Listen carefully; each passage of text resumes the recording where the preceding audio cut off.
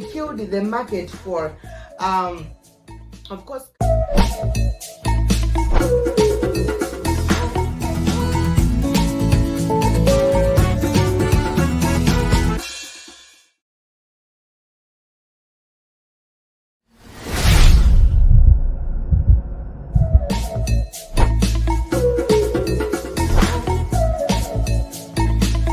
So now this had killed the market for, of course.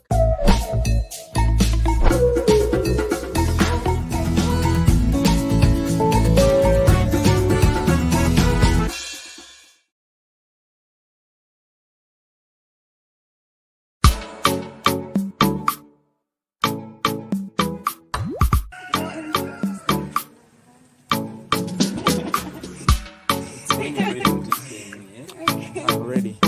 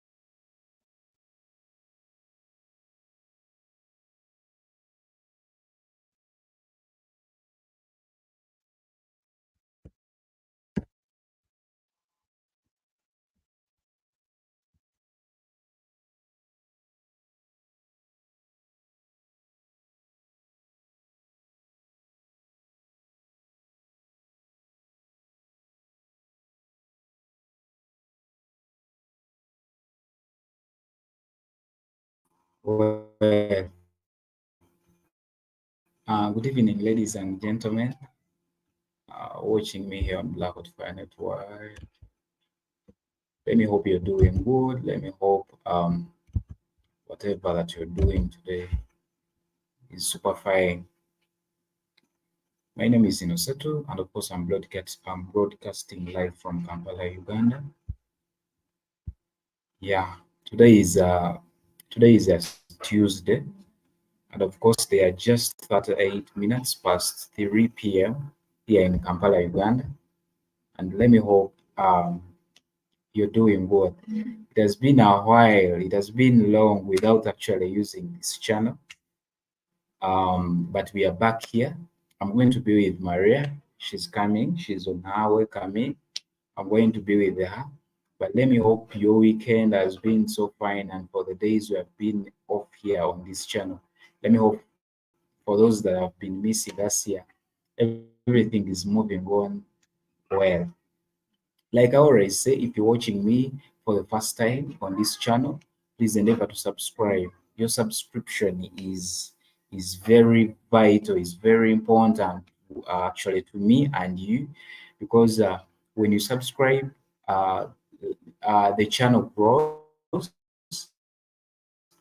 and of course, that is to me, and of course, to your advantage is like when we come in for different shows and you already subscribe in, you subscribed in already, you're notified on your phone or on your laptop where you're watching us from.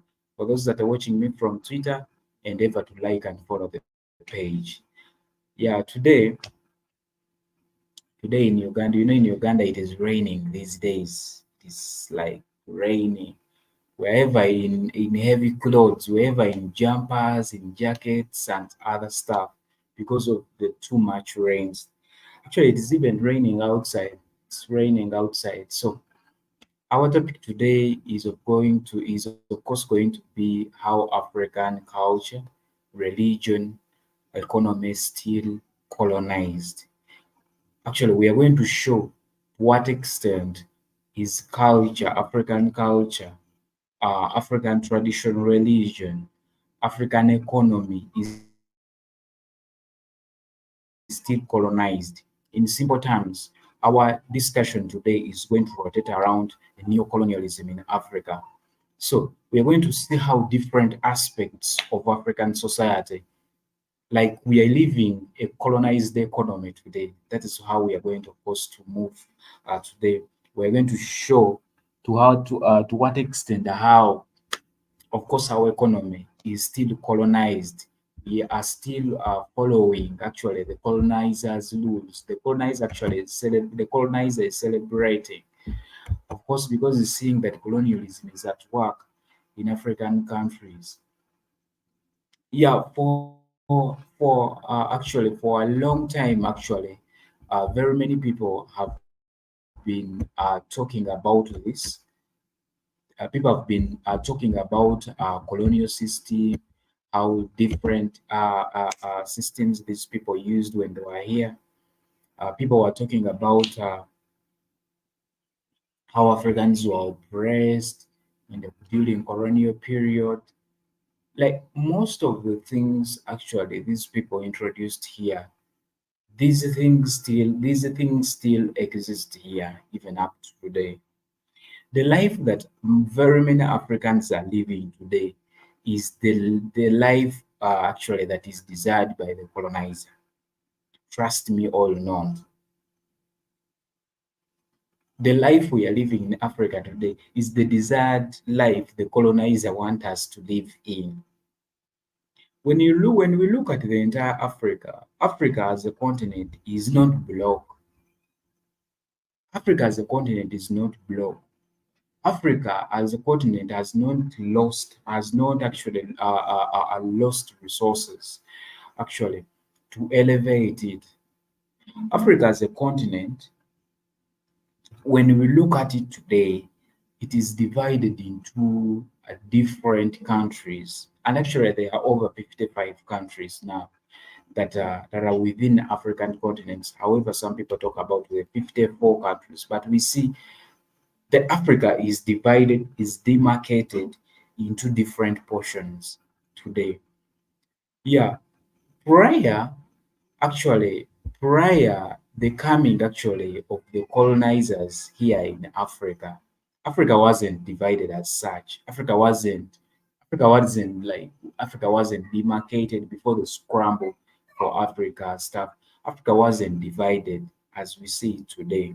So having demarcations, having Africa being demarcated actually differently into small, actually into, let me call them small, into Africa being partitioned into small sectors, into small sectors, the so-called actually countries. This is one of the reasons that actually show the existence of colonialism in Africa. Actually, the biggest problem that we had actually when actually Africa was getting independence is like different African countries did not get independence at once. And actually, this is the problem that is also affecting Africa. It's like it is very hard to merge all these countries into one. That's why some actually African countries they pretend to be neutral about issues that are happening. Some African countries they are pretending to be not to be actually uh, to be concerned about issues that are concerned about Africans, because we have seen most of the North African countries. They say for them they don't belong to Africa. They say for them they're not Africans, despite of their skin color stuff. For them, they say they're not Africans. So today, examining actually colonialism today in Africa, we are going to start with of course, religion, and of course, in the late 19th and of course the early 20th centuries, Africa witnessed an explosion of missionary activity. So, the success of missionaries during this period was due to large part to the onset of the colonial rule, which made clear to Africans the benefit of European education. And of course, with the advent of the 19th century, Europeans came to be seen as symbols of power, and Christianity itself came to be seen as part of the larger order comprising of the Western education and colonial administration, uh, commerce, and industry. With everyone had, of course, hence an industry. Of course, with everyone had henceforth of course, to reckon. These changes created a much more, of course, a favorable climate for the colonizers.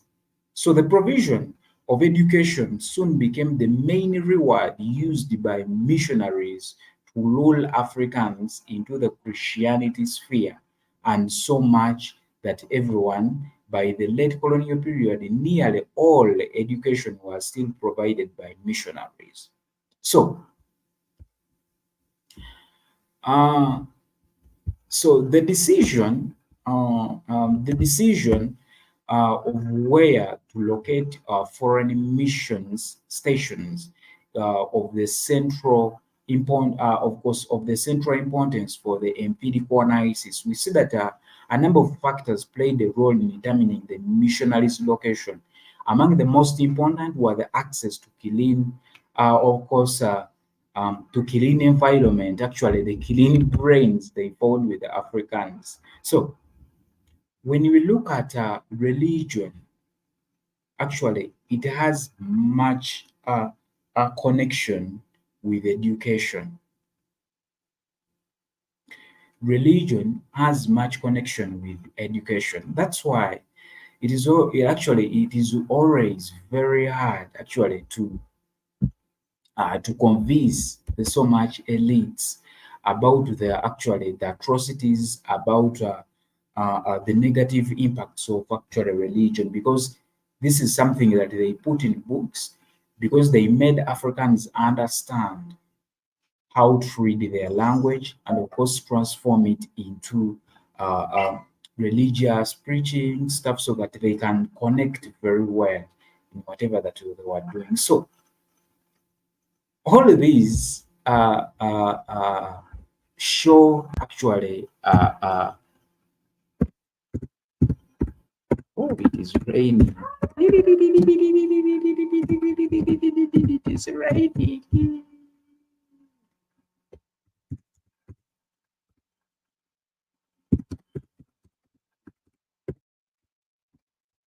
It is raining. It is raining. Raining. It is raining. It is raining.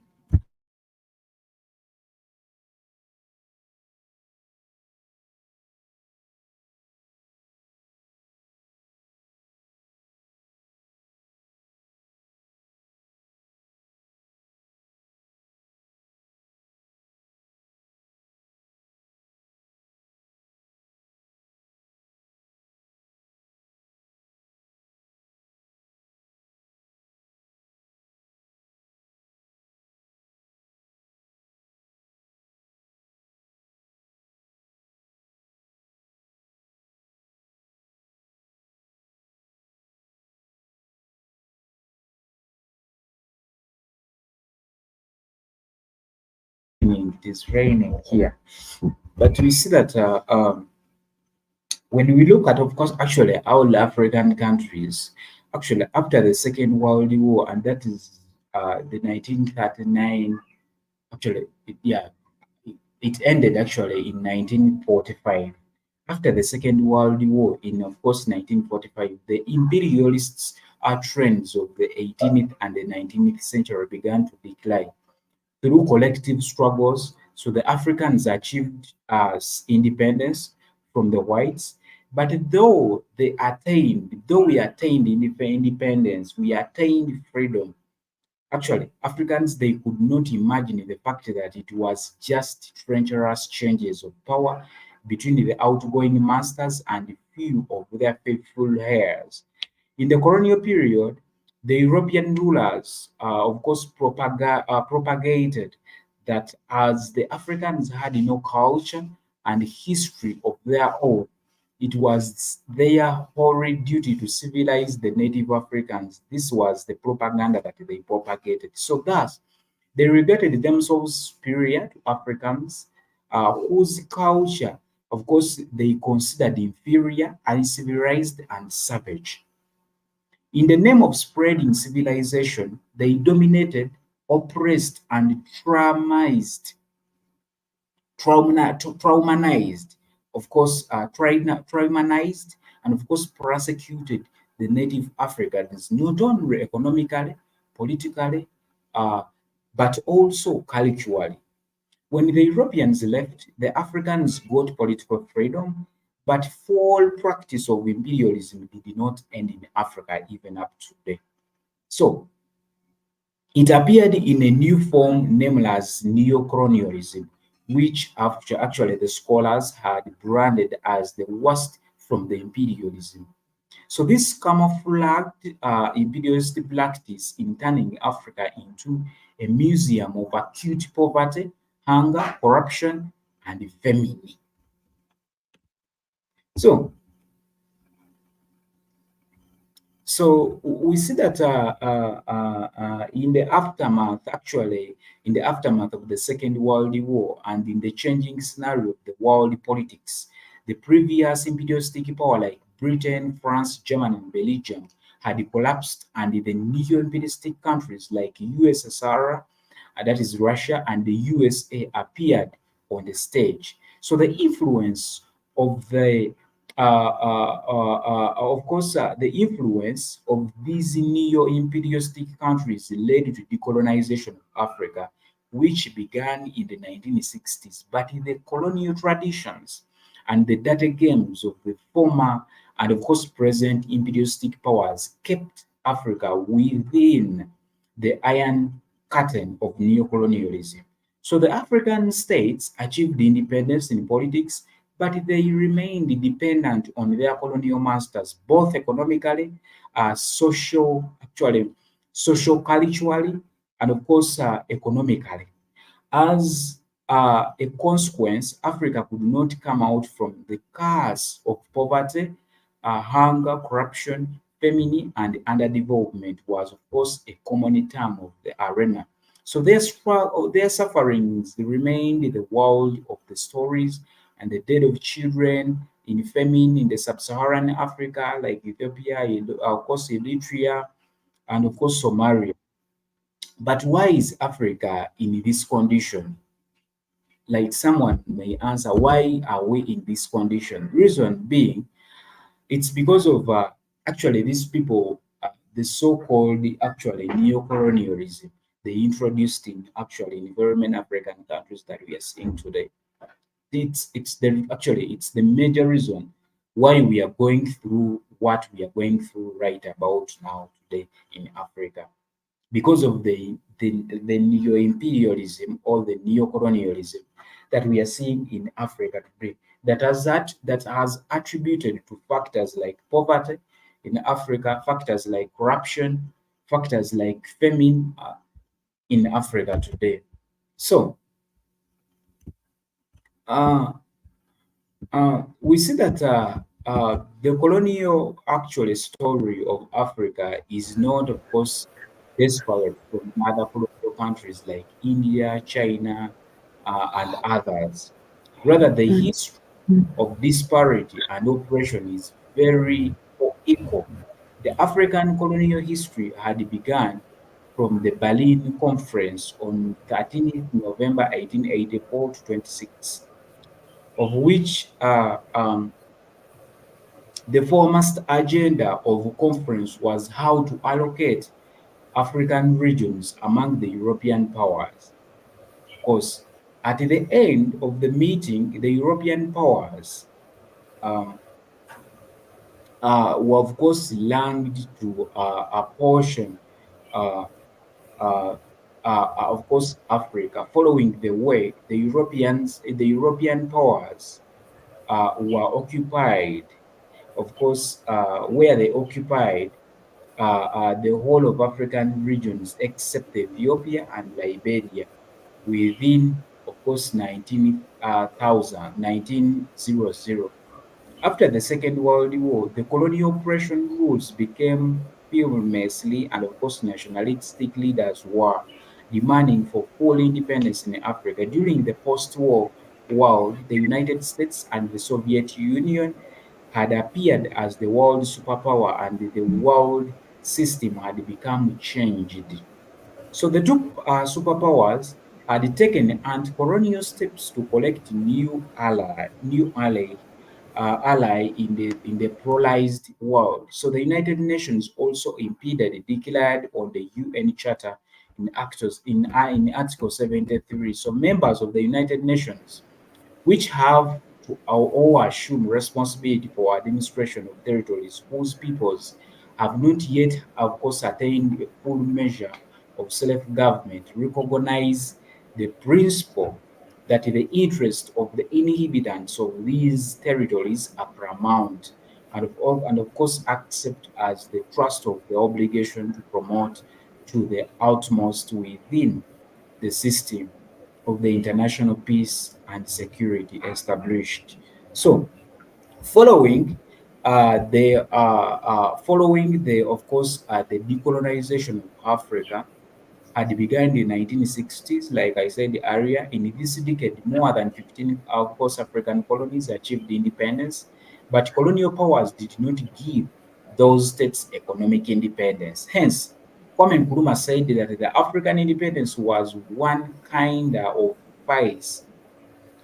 Of course, he criticized this capitalistic system as neo-colonialism, as he said that we will not eradicate the neo-colonialism effect in Africa from four major perspectives, such as economic, political, culture, and of course literature. So, economy in, of course, in the driving force for the development of any country. Without economic development, no countries can achieve development. So, in the African context, imperialistic countries had applied economic tools as an arm to dominate the nearly independent countries. After the decolonization, the African states have had actually massive victim of imperialistic powers. During the decolonization, Kwame Nkrumah, the president of Ghana by then, who stated neo-colonialism is the worst from the imperialism and the highest stage of capitalism. So, for Nkrumah, it is such a system by the colonial power like Britain, Germany, France, Belgium that gave the liberation the economy in one hand, but the other hand, but they robbed this liberation. So he thought without economic independence, the political independence is vain, and the absolute liberty will not come. So in 1965, neo-colonial, of course, critique was, of course, published on the Daily Hazard, of course, the prominent newspaper Eastern, uh, of the Eastern Pakistan, where the editor had explained that the ultimate goal of the neo-colonialism was to transform into the newly independent country and develop, of course, the newly independent country to underdevelop the country in at any cost. So the imperialistic countries wanted to do so. As consequences of the sovereign countries lost his sovereignty, and the colonial countries wanted to do so, like I said, as consequences of the sovereignty country lost the sovereignty, and the colonial countries wanted exploitation from, of course, African countries, and it became, of course, continuous in the process of the country actually putting their existence in these countries, in the economic systems of these countries. So we see that the meaning of neocolonialism was not that it had to stop here, of course, invest in the, of course, in the underdeveloped countries, but the real meaning would invest in less developed countries that um, that, of course, that had greater than the political power. So we see that uh, we see that exploitations were not in the way that colonial economic exploitation, but colonial power exploited Africa by several ways. Those were, of course, bigger descriptions as follows. Africa was totally unable to grow capitals, just like it is today. So this shows existence of actually these people, these colonizers in Africa, because Africa today, it can't grow. It cannot be actually it can't grow capital within Africa. As Africa, we see that uh, um, technologies experts, of course, understand of management to run in new independent states. The agents of the former imperialistic countries take control, like the World Bank, the IMF, the IFIC, had taken this opportunity appropriately to bond Africa into the neo-colonial Iron Curtain. So the WB and the IMF are the leading loans, are lending loans to, of course, African states with hard terms and conditions. So debt of course, recipient countries have to pay back with interests that was more than that they had accepted from the agents. Because of lacking capital, technologies, and experts, the agents compels to defend on folly. The reality is African states have no options to be free from the imperialistic curtains. The World Bank is lending loans to more than 140 countries in the world. Among the countries, 41 African states are the most debt recipient countries in the world. So those states have the lowest per capita incomes and life expectancy without South Africa and Botswana.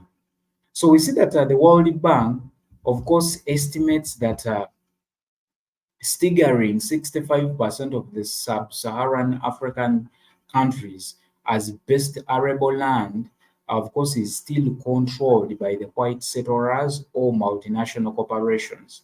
So the World Bank also estimates that as much as 70% of the wealth in the sub-Saharan Africa is owned by the non-indigenous Africans or foreigners. Nowhere else is this racial disparity more acute than in the Africa's richest nations. South Africa is the continent, actually is the continent is looked as the continent is the most powerful nation. Like when you look actually to Africa, South Africa is looked as the continent's most powerful nation. However, it is the continent's most economically colonized nation.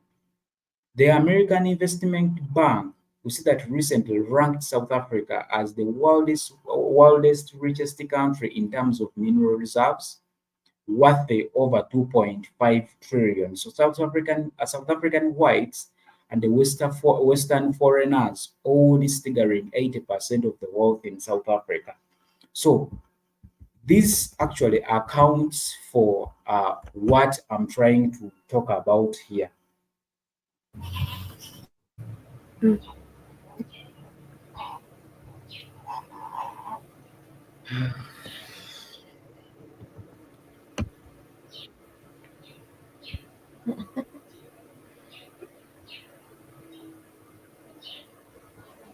gye baliko ssebo. wemalako.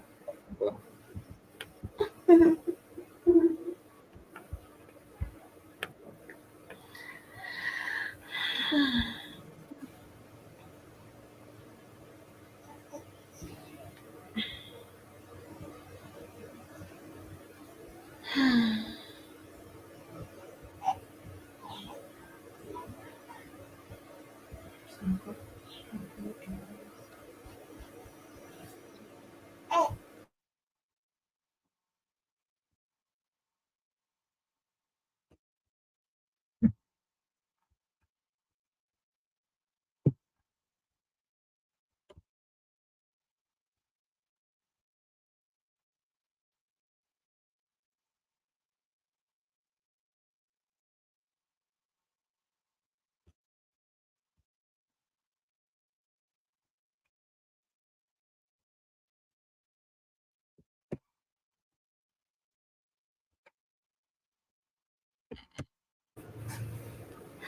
Anyway,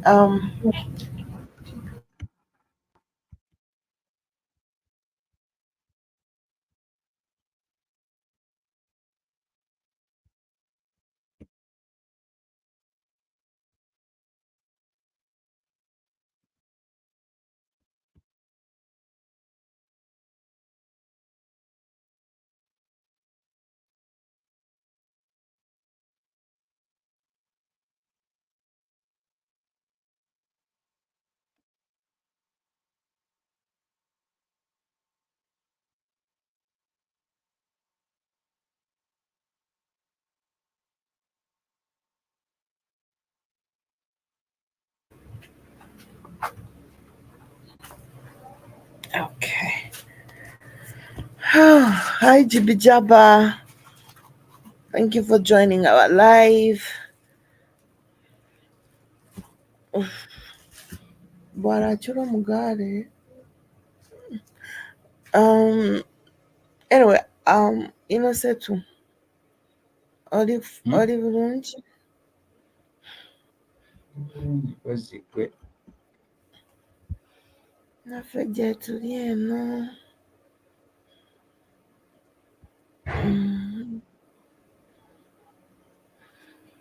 Okay. Setu, the look on your face is like you saw a mzungu for the first time.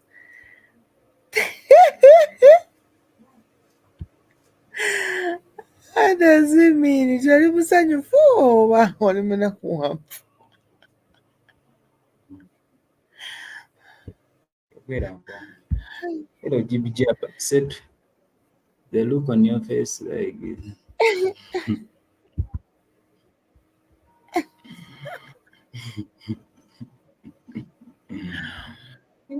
Anyway,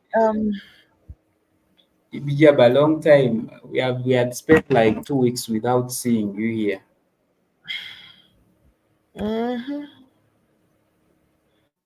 Let me hope you're doing good, GBJ.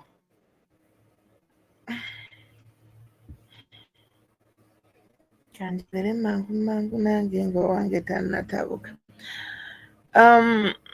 Now, of course, in Africa, apparently, if at all we are still being controlled, this is a significant sign that we are not independent, even in our own bedrooms, unfortunately. Last time I even spoke about the issue of South Africa, of course.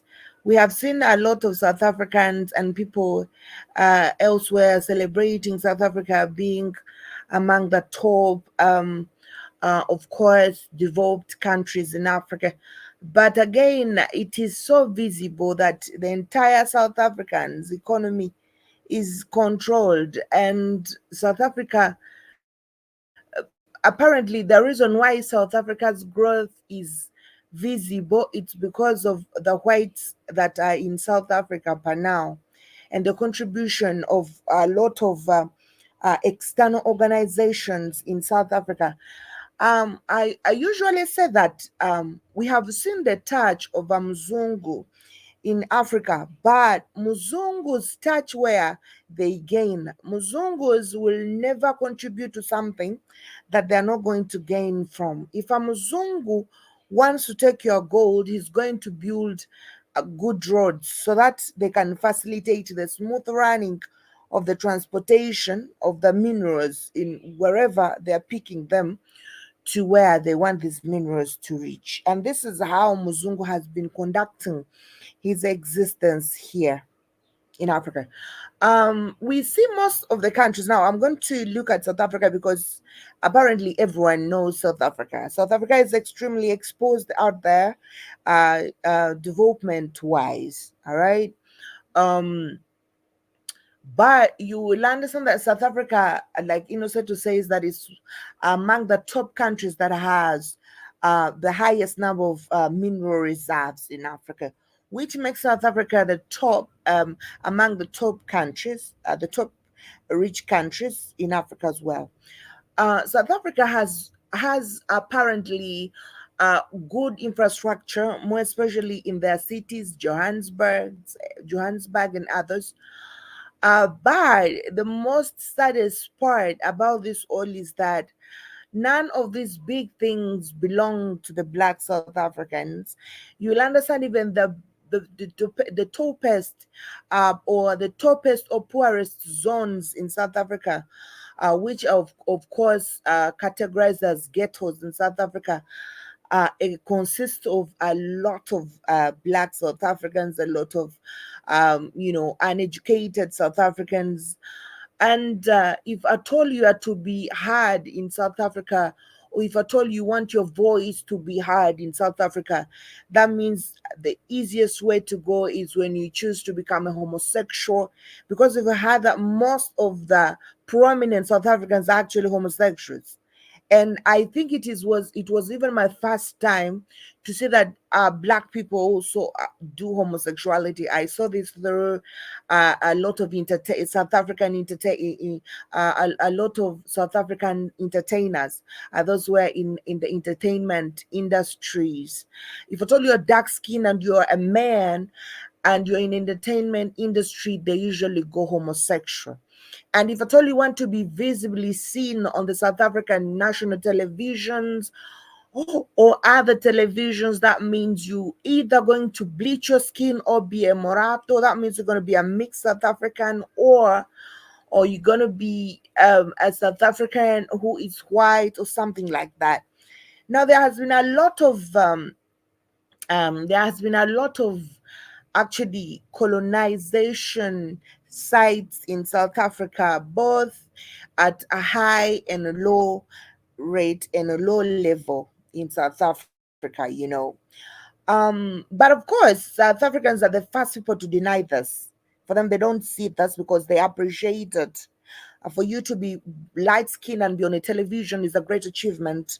For you to be a South African man and you are gay and then you're put on entertainment base, probably it's a great achievement. So I think South Africans are aiming a lot up there to spotlight so that they can achieve whatever dream they have or whatever dream they want to achieve, and forgetting the impact behind this whole thing. So, a culture, religion, economy in Africa is actually colonized. This is nothing to debate about. It is not something that we should even question ourselves about because it is apparently extremely visible.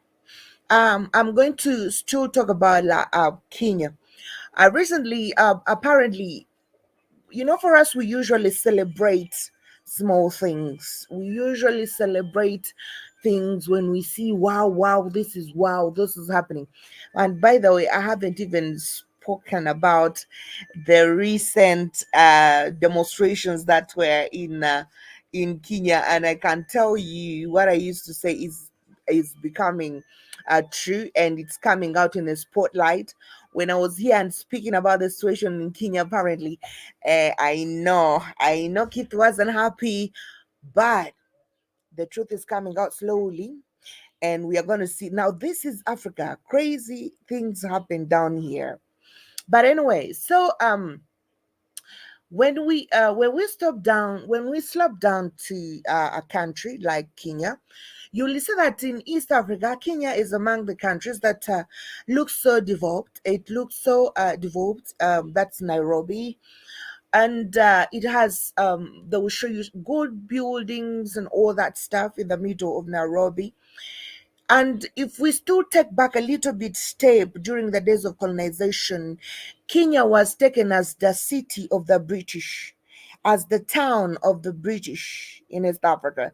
It was so important for the British people to develop, to build. Kenya still has those British buildings, by the way, in their banks and their big buildings in the middle of the city. It was so important for the British to build Kenya, to build in Nairobi, because it was, they termed it as their city. It was a center. They would get whatever they want from Uganda, come down to Kenya, slope to Mombasa, and they are on the port, and they take whatever it is that they wanted. They come to Congo, enter Uganda, through there in Kenya, they take whatever they want to the coast, and they made Kenya a center of whatever they were exploiting around East Africa at that time, human beings included. Um, and until now, I will tell you that the existence of the white stakeholders within the territory is it's so visible, and this is why we usually see the Kenyan currency struggling with other currencies. They have to make sure that the Kenyan shilling does not fall, because they take lead in the stakeholding, or they take lead in the shares of the Kenyan bank, visibly or directly. When I say directly, that means they have big businesses that they run in Kenya. They have big direct businesses. There is a difference between people running something indirectly and people having a direct touch on the soil. Now, this is so visible. For example, like I'm saying in Kenya. So it is important for them to keep the Kenyan shillings striking high, because at the end of the day, they have to make sure that this currency benefits them. Okay. Now, when you look at the Kenyan shillings and of course the rate, everyone's going to be like, wow, wow, but we are wowing. Okay, fine. How are the Kenyan people benefiting from this currency? The Kenyan currency does not benefit the Kenyan people themselves, because even the commodities they are supposed to buy with this currency is extremely high, to the point that they don't feel the vibe, they don't feel the weight of their money. But there are those other people, the shareholders in the banks, those other people who are doing big business are the ones who are benefiting, because if you're supposed to purchase whatever I am selling from Kenya, that means you're supposed to buy it in Kenyan shillings, which brings value to them than these other local people who are buying at a retail level. Now, this is what we are seeing in Africa's economy. It is not, we have not seen an African country that is having big currency and it is independently benefiting from this. First, we saw a country like Nigeria. Nigeria had huge man.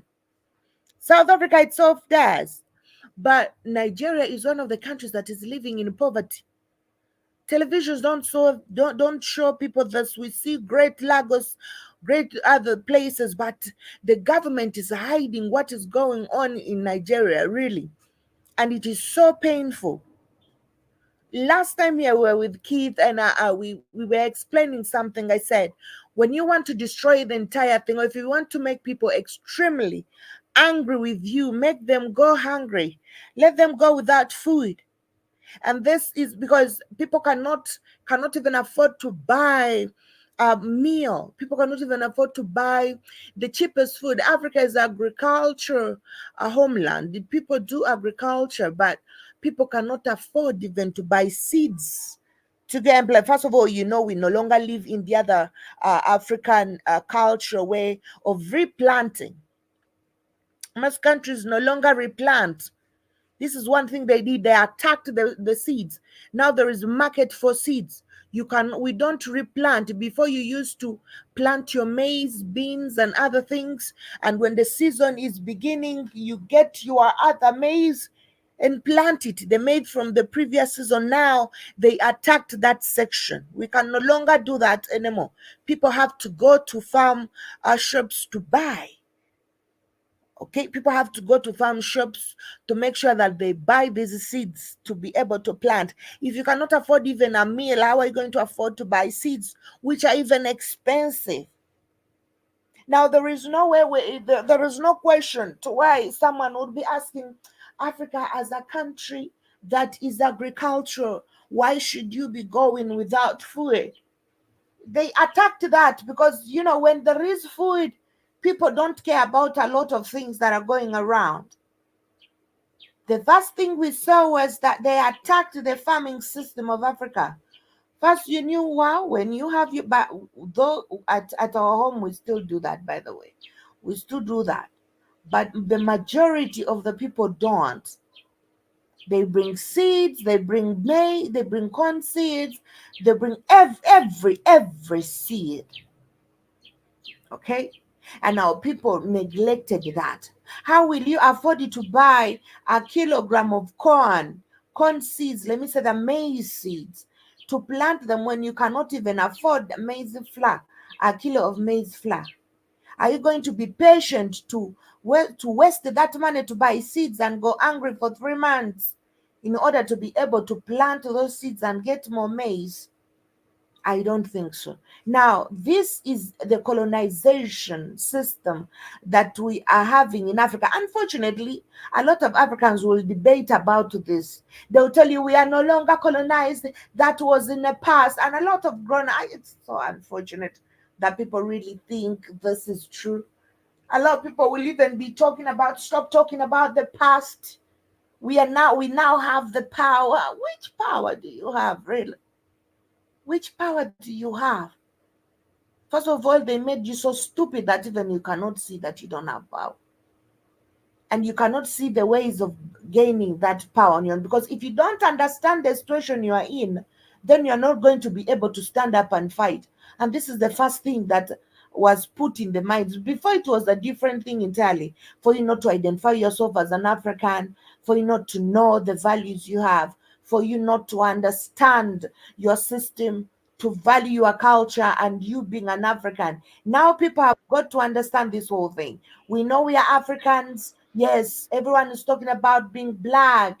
Everyone's talking about the beauty of our skin. Everyone's talking about the power that we have. What the hell is Maria talking about?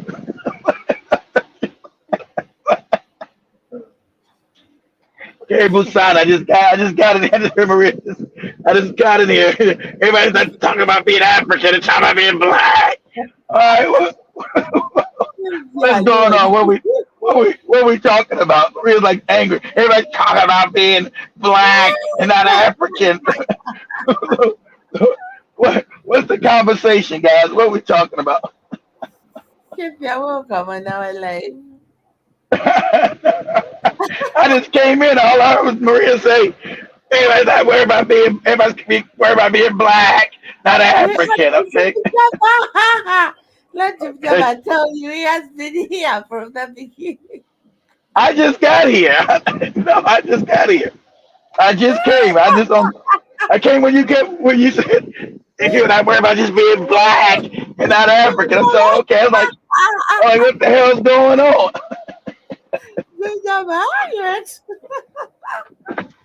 I'm like, is the problem with us being black too? People just want to be black and how beautiful their skin is and not African. I don't. Okay, what are we talking about?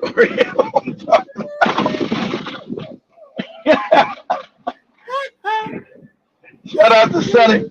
Shout out to Sunny, Miami, guys. I'm down here in fucked up Miami. Mm-hmm. In Miami, Florida.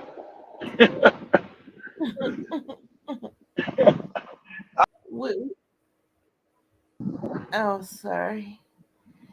I'm just asking. Go, Marie, you got it. I just asking. Well, But I was yes, asking what you so mad about. ah, I'm so mad about a lot of things anyway. Oh,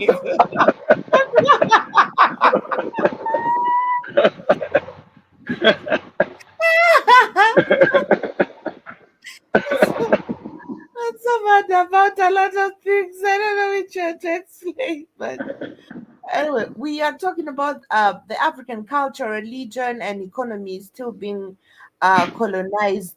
All right, and okay. you told me, like you asked, I was like explaining that a lot of people don't believe that we are still colonized.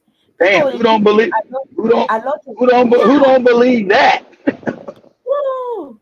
I've even seen a lot of people on TikTok and others about the A lot of colonization a lot of era morons. ended and all that. So, um, a lot of people don't believe that this is still, we are still in this same era, except that this time around it's a little bit indirect.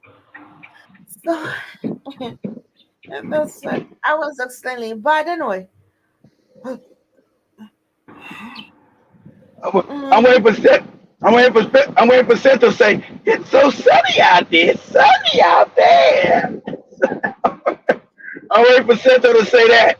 It's so sunny out there. I think it's so sunny out there. Yes, Seth, it's sunny. Florida, Yeah, very it sunny. is. We It's say, shining we say like in Seth. South Africa. South Africa, actually. By the way, South Africa is experiencing drought. People, I read a certain article today morning. It's where like people are exchanging their daughters for food. Oh shit! A lot of What? parents are In exchanging South their daughters for Africa? food in South Africa. That's it. Listen, Yeah, they're Africa should having nobody. drought. Africa should nobody be starving. Said though, too much land, even in South Africa.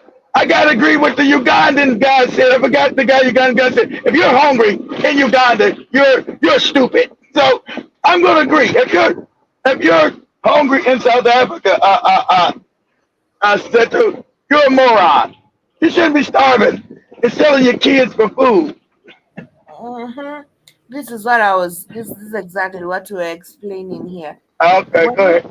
when we look at the rate of course, they will rate South Africa among the top developed countries in Africa. Exactly. Why should a top developed country be going hungry? Um, exactly right. Exactly right, Maria. Let's stop the most developed. Well, you know why? Because these are niggas, and we don't care about the niggas going hungry. Fuck them. It's developed for white people, not for these niggas. That's what they saying. So it's developed for them, not for us. So you niggas can go hungry, you can suck on ass or whatever, but whatever. And, Hmm. and South Africans will beat you up.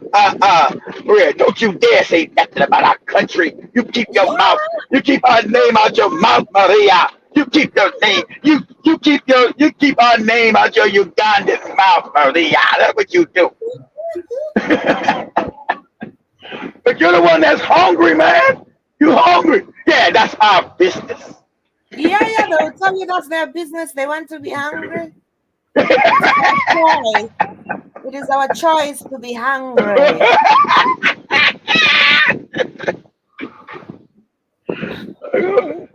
I just say, okay, good luck with that shit. Good luck with that.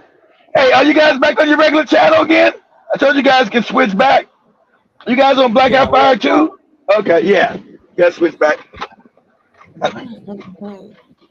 So you can Yeah, see so how the economy is being controlled. Why should South Africans go hungry to the extent of mothers or parents exchanging their daughters for food? All right, I don't know. You asked them that. That's crazy. Exactly. I can't I can't answer that craziness. I can't answer that craziness. and of course, like I said, it is South Africa is kind of a weird country. Yes, Most yes. times But yes, very weird. we see a lot of bloggers trying to defend the situations in South Africa, but these are the top bloggers who have even not experienced the poverty of others. These are bloggers who are even sitting in the Mzungu's backyard, and they are trying to, of course, talk about the situations in South Africa. Okay. Yeah. We have had, South Africa, first of all, is a very big country.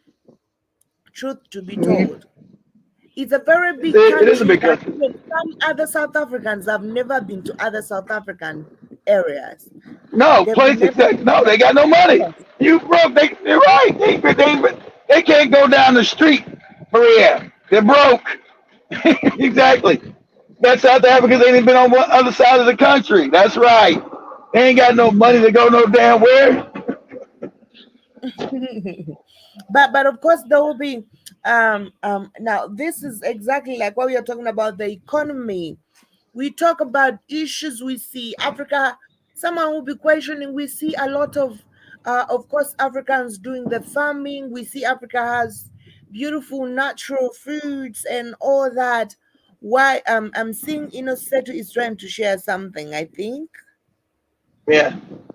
This is actually the article that I read, where girls are being married off to their families for food. Great. Now, us being concerned Africans, like Santo and Minion, they tell us to shut our mouths. That's their business.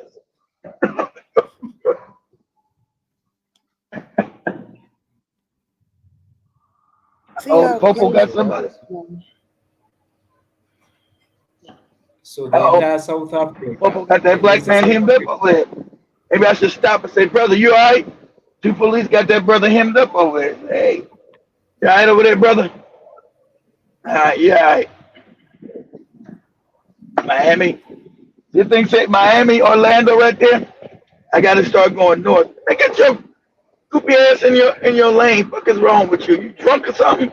Wait the fuck over here. Get in your lane, Oran. Shit. About to run into me. You drinking that liquor or something? You on that moonshine that Seta was making? Had to get butt naked? You drinking that moonshine Seta was making? Back in the day, as Maria, Seta told you the story when he had to when he was in there making liquor. He was cooking liquor for 2 weeks, or was it 3 weeks? He was all hot in there, and the police came and arrested Seta for making that cheap liquor.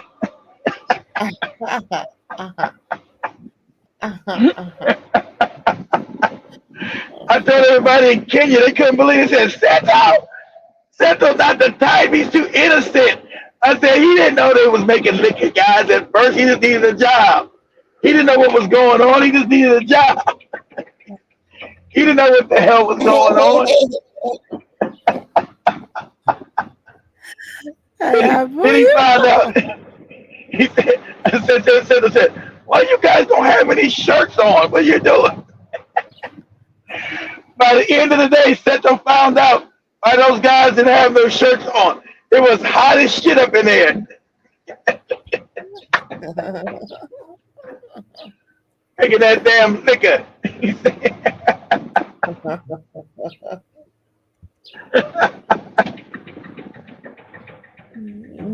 Go ahead, guys. Yeah, it's crazy.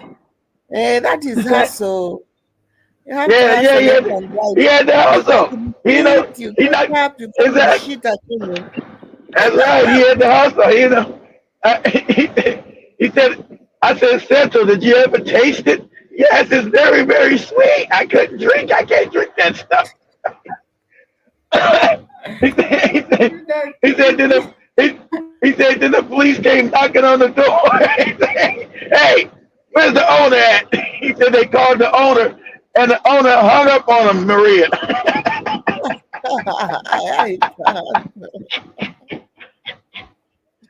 I don't know these guys. They, said to the rest of the guys all in jail and shit. Mm-hmm. And So it go on, was guys. You called guys Bear got. Asked the Brew. Innocent, have you heard? Jib Jabba said it Yeah, was yeah. called Bear Asked Brew.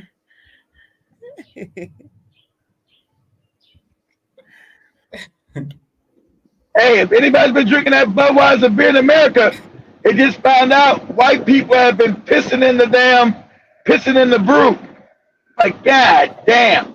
The Budweiser tanks to put the beer in, they found out white men have been pissing in the tank. But, yeah, going all that beer you guys be drinking, that Budweiser shit in America. Yeah, exactly. I said, what? They've been pissing in the tank, Maria. Pissing in it. Some people been getting their beer out the store, got Why? Budweiser and piss in it. What they do? I don't drink none of that shit, so I ain't got nothing to worry about. But they've been pissing in it, Maria. Pissing in it. White People, men, as they the cook, people are as they make it, crazy. uh, They can do all stupid things in this world. yeah, yeah, you know, and we don't know how long they've been pissing in it. That company goes back 150 years. How long they been pissing in that shit and selling it, and then bottling it up and wrapping it up and putting it in the stores? How many years have they been pissing in that shit at their factories? I'm like, god damn. Found my newts of urine in that shit. Pissing in that shit. God damn. Ah. Man, you can't trust nothing from these. You can't trust nothing from these That's bastards. why I love. That's why I love making everything I eat, because people can surprise you. All right. Hmm. I don't know if they sell Budweiser in Africa. I know they sell all in Europe. I don't know if they sell Budweiser in Africa. They probably do. They probably sell it under a different name. Man, what you doing, Yeah, man? You keep stopping your damn brakes. you'll get pissed drunk of that. Shit, look at this. Get over this motherfucker on our drive. This bald head cracker in front of me got his convertible, his top down. You guys see, he got his top down right there. What are you doing, crazy cracker? Out the damn way, fuckers. Is that a woman in there? That's an old man. I'm in Florida. These old people and shit. Mhm. Crazy motherfucker. Yeah, somebody just teach somebody how to drive. I think it's like somebody's daddy teaching some kid how to drive. Teach his ass on the street, not the highway, moron. Get him out there on the regular street, not the fucking highway. Teach a kid as a kid and his old daddy teach him how to drive. Get your ass off the damn highway. Teach him how to drive on the regular street.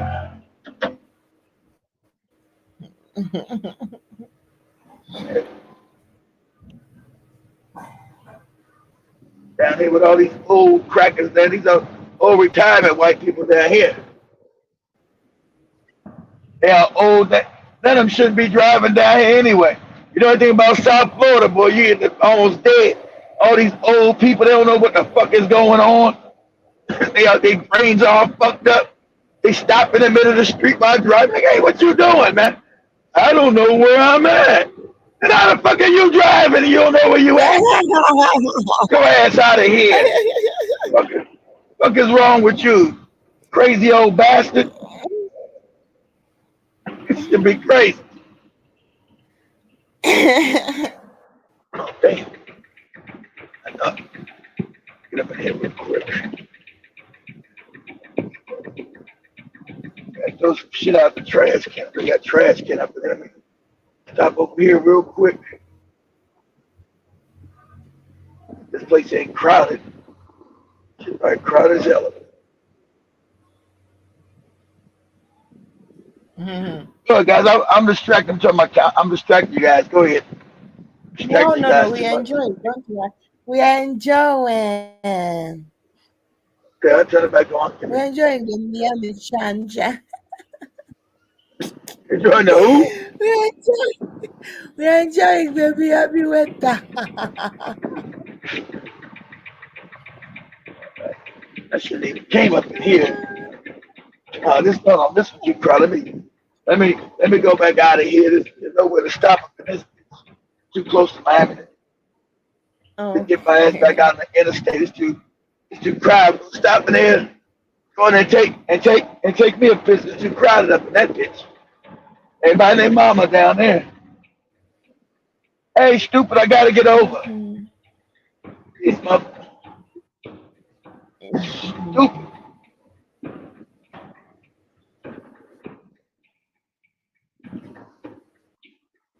All right, I gotta get over.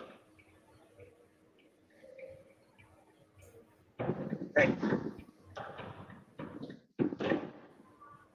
oh, all right. All right.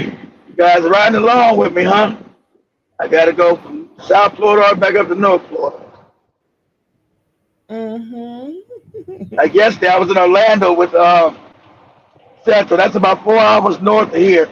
I was up in Orlando yesterday with Central on the show. Gotta head back up to Orlando, Oh. all the way back up. I'm 4 hours south of there now, but yesterday I was on show. I was in Orlando with Central. I'm 4 hours south of there now, way down in Miami, even out of Miami here.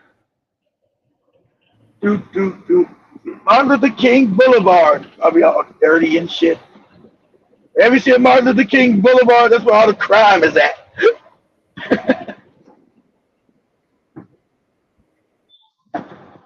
Most places you go in America where you got Martin Luther King's name on it, it's crime infested. So if I was to get out right there, I'd probably get knocked in the head or something. Give me your wallet, nigga. Hey, I don't know where I'm at. Give me your goddamn wallet.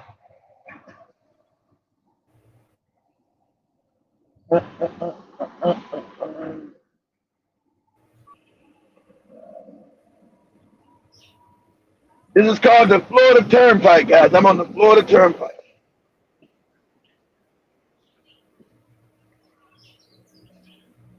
Florida Turnpike. Jibber jabber sing. Don't know jibber. I'm on the Florida Turnpike, guys. Florida. Mm.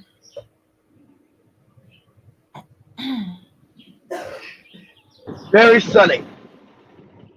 It's, it's, it's the rainy season in Uganda, isn't it? Is it the rainy season right now in Uganda? I don't think so. Oh, it's Rainy season. raining. Yeah, but I thought the Is it rainy season raining? was in April. I thought the rainy season was in April. We have two rainy seasons. Oh, okay. Mm. Hey, see that big old pile right there? See that big mountain up there? That's the trash pile where everybody go drop their shit, they trash. That's the trash heap up there. You bury all that shit.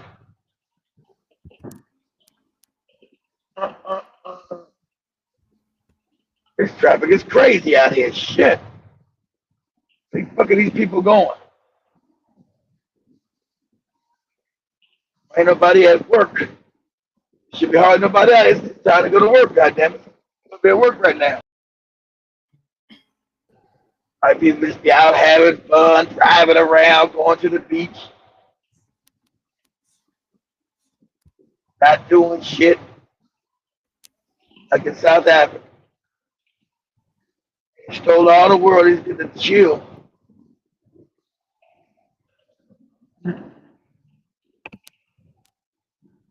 Oh man.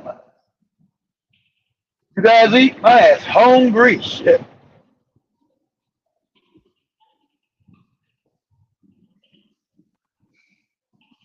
Well, guys, I'm distracting you guys. Turn my camera up. You guys are quiet. Lose Maria. Maria still there?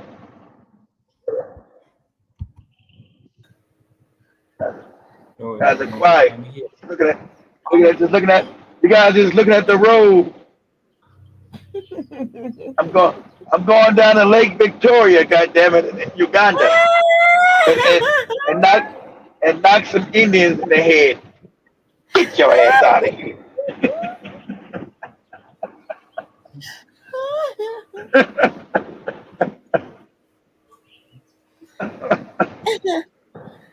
Oh, it's rainy season now. Okay. Mm-hmm. I stay in the summer here, but this part of Florida it always stays warm. Even though it's going into fall pretty soon. A couple weeks will be fall. But down here, this part of the United States is always warm. This part like Florida, South Florida, it's always warm down here. It's always summer and spring weather down here. Mm-hmm. It's like Tanzania. It's always warm. Oh yeah. Or Uganda. Uganda should be always warm. At times it's cold. Okay. But what we Okay. call cold, you guys call it warm, I guess. It's all warm. I know. Yeah, when especially in like Kenya, when they say, "Oh, it's so cold," it'd be 60 something degrees. We call that warm. They say, "Oh, it's 60. Oh, it's so cold." And I check the weather. It's 61 degrees, and that's not hot, but it's damn sure not cold. But for Africa, that's considered cold. I get it. Mm. Like where Jibba Jabba live at, they get cold as shit where he live at. Cold than a mother. I remember once when I was in Pittsburgh, it was cold as shit. It was like I think it was like below 10. It was cold than a motherfucker. I had broke down out that bitch too. And one of them fucked up bridges, if you know where Jibba Jabba is in Pittsburgh, there's a bunch of bridges that go into his city. He has a bunch of big bridges that go across this river that goes into his city. So his city has a bunch of bridges that you got to go across to get into his city. I broke down on one of them fucked up bridges, and people yelling at me and shit. Get the fuck out of the way! Some broke down. I don't give a shit. Get your ass out the way. Oh damn! But damn, I'm broke down. I don't give a shit. I gotta get to work. Get your ass out. I still remember that. That shit was almost 20 years ago. I remember that shit like it yesterday. That's about 15, 16 years ago. Mm-hmm. I was on the phone with my friend. He said, "Who's that yelling at you? Who's yelling at you?" I said, "That's the people driving in Pittsburgh. They yelling at me. Let me get the fuck out of the way. They don't know you broke down." I said, "Yeah, I told them I broke down." They said, "So what?" I said, "I'm broke down." They said, "So what? The fuck out the way."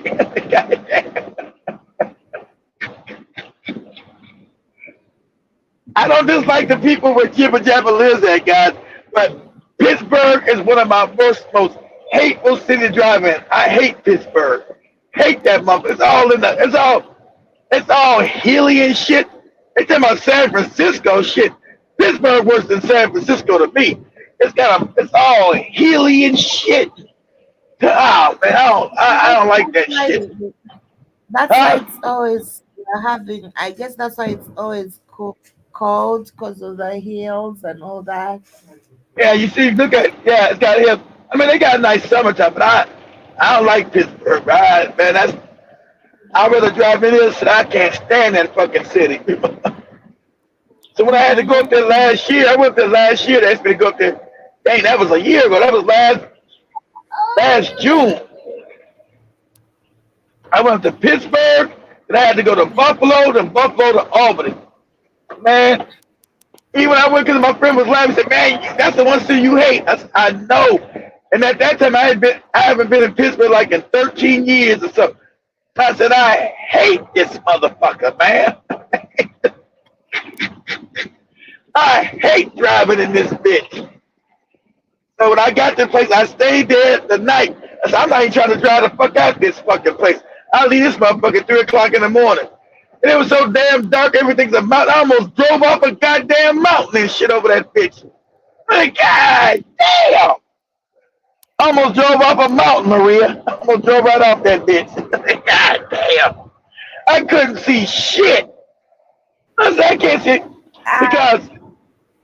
because with Jibba Jabba is, they got turnpike. I was getting on their turnpike. Turnpike is like right outside of downtown Pittsburgh. I was getting on their turnpike because I didn't want to go through city. I said, I'm getting on this turnpike and pay these tolls. I'm getting the fuck out of here. It was so goddamn dark, I almost missed that bitch and went out the mountain. I was like, God damn! God damn! And Pittsburgh always got construction around that bitch. See, Orlando's 200 miles. I got 3 hours to go. And so I said, Orlando's 300 miles away. 200 miles away. Way down in Miami. Man, I ain't never been so happy to get the fuck out of Pittsburgh. I said, I'll never come back to this motherfucker. And I told myself, the last time I was there, Maria, 13, I said, I'll never come back to this bitch. Ever. Ever, ever, ever, ever, ever. And then the motherfuckers asked me that June, Keith, we need you to go to Pittsburgh. Like Pittsburgh!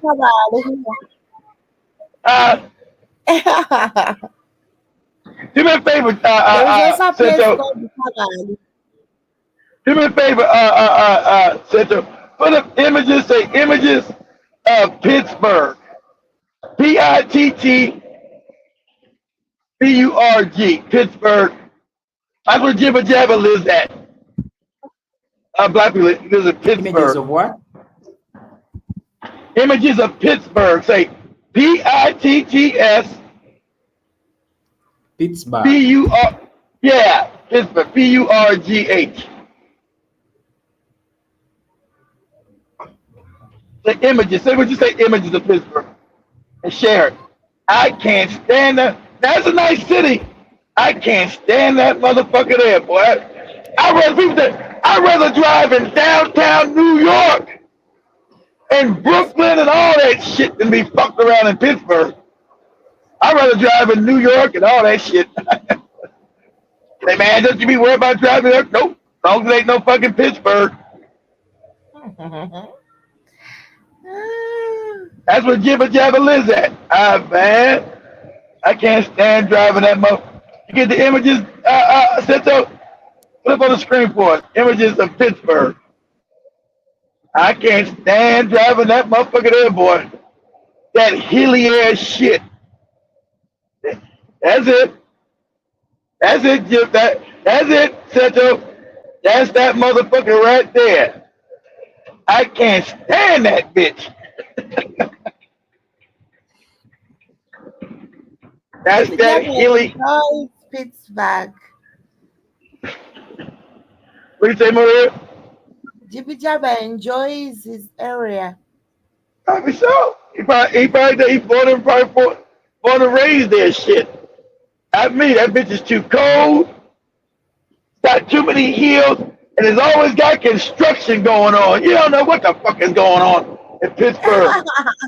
If I go in that bitch, I get lost. Every time you go in that motherfucker, you get lost in shit. Yeah. The damn the roads change. There's always some construction going on in that motherfucker. Every time. You fuck around, make a wrong turn, you be fucked up in that bitch. Nah, man. You can keep that shit. By the time it be cold, it be cold as hell at that motherfucker in the winter time. I know that. I said, man, no way. No way. That's it. That's that motherfucker right there. That's that motherfucker right there, sent over. That's it. That's Pittsburgh right there. I can't stand. Huh? It looks beautiful. I can't stand that motherfucker there. I can't stand that motherfucker there, boy. You know, if anybody's been to Cincinnati, Pittsburgh is almost designed like Cincinnati. Their highway goes straight through downtown. Like Pittsburgh's highway goes straight through their downtown. just like it's built just like Cincinnati. If anybody's been to Cincinnati, they know Cincinnati and Pittsburgh are both built on a river. It's almost like the same shit. Almost. I mean, if anybody's been to Cincinnati, you'll see. Now open up another tab, Seto, and type in images of Cincinnati. Cinnatti, Cincinnati.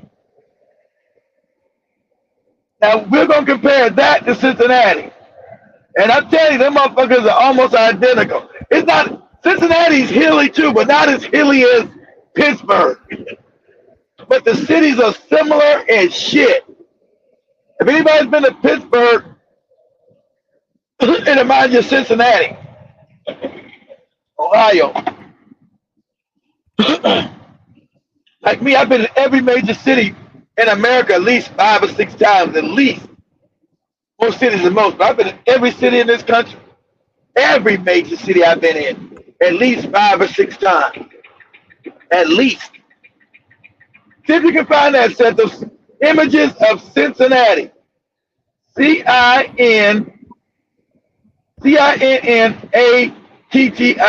Cinnatti.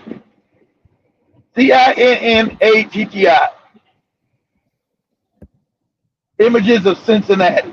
Cinnatti. I mean, Cinnatti. Cincinnati.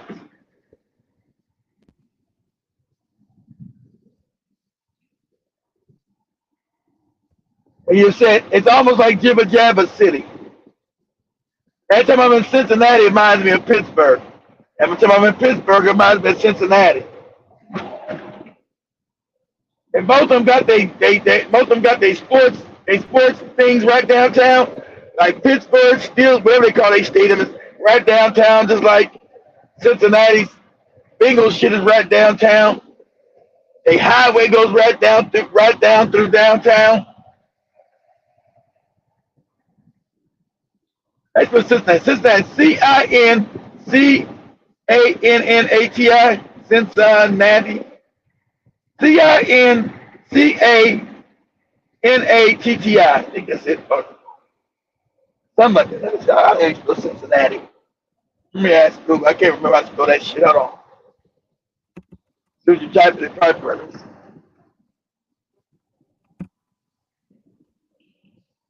How do you spell Cincinnati? Okay, so it's Cincinnati. That's 2 T's. Okay. Cincinnati. Got it? All right. Put the images for us, Seto, please. Yeah. You see, and it reminds you, it's just like fucking Pittsburgh.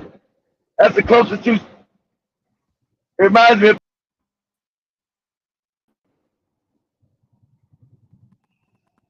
Is it the one kid? Either one, yeah. Just put up one like by the river. Same way you did with the Pittsburgh one. Is getting lost. But I guess this is what Yeah. I was talking about.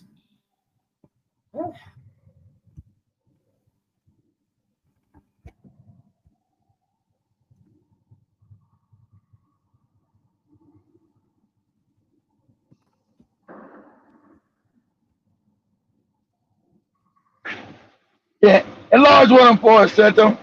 Is it the one? Yeah, enlarge it. Yeah, put it up on the screen for us. Let me try to. Yeah, enlarge one. Yeah, like that. There you go. Yeah, see that? See that? Yeah, that's just that. Now, don't that look a little bit like Jibba Jabba City? The one you just showed? Don't that look a little bit like Pittsburgh, Seto?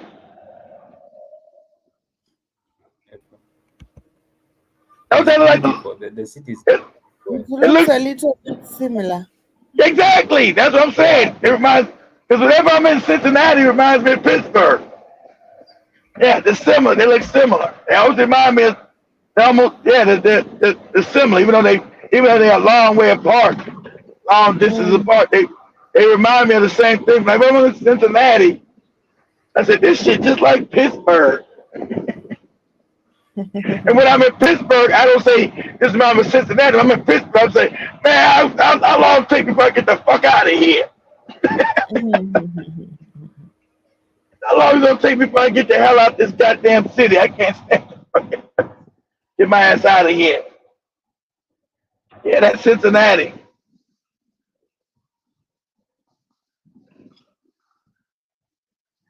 Cincinnati.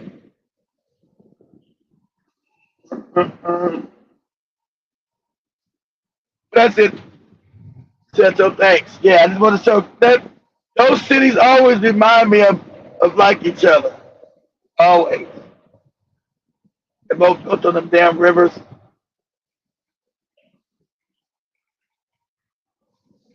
They both got their sports stadiums right downtown, which is cool. Go downtown Cincinnati, Bingo Stadium and Red Stadium is right downtown. It looks cool as shit. They have the damn sports stadiums are right downtown. Just like Pittsburgh. Looks cool as shit.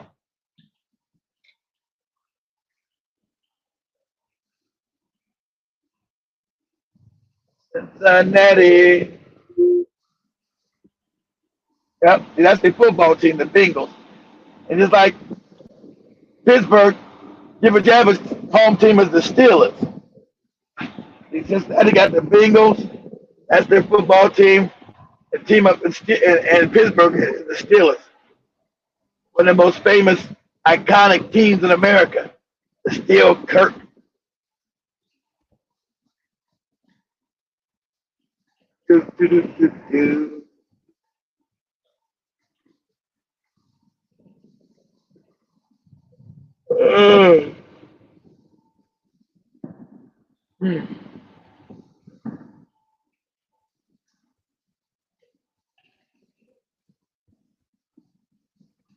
Some cities remind me of others.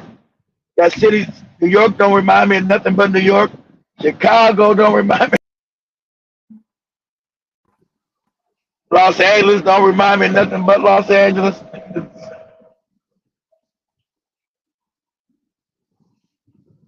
Do me a favor, so we look at this, since we're doing cities, go to images of downtown Chicago. Chicago is going to be CHICAGO.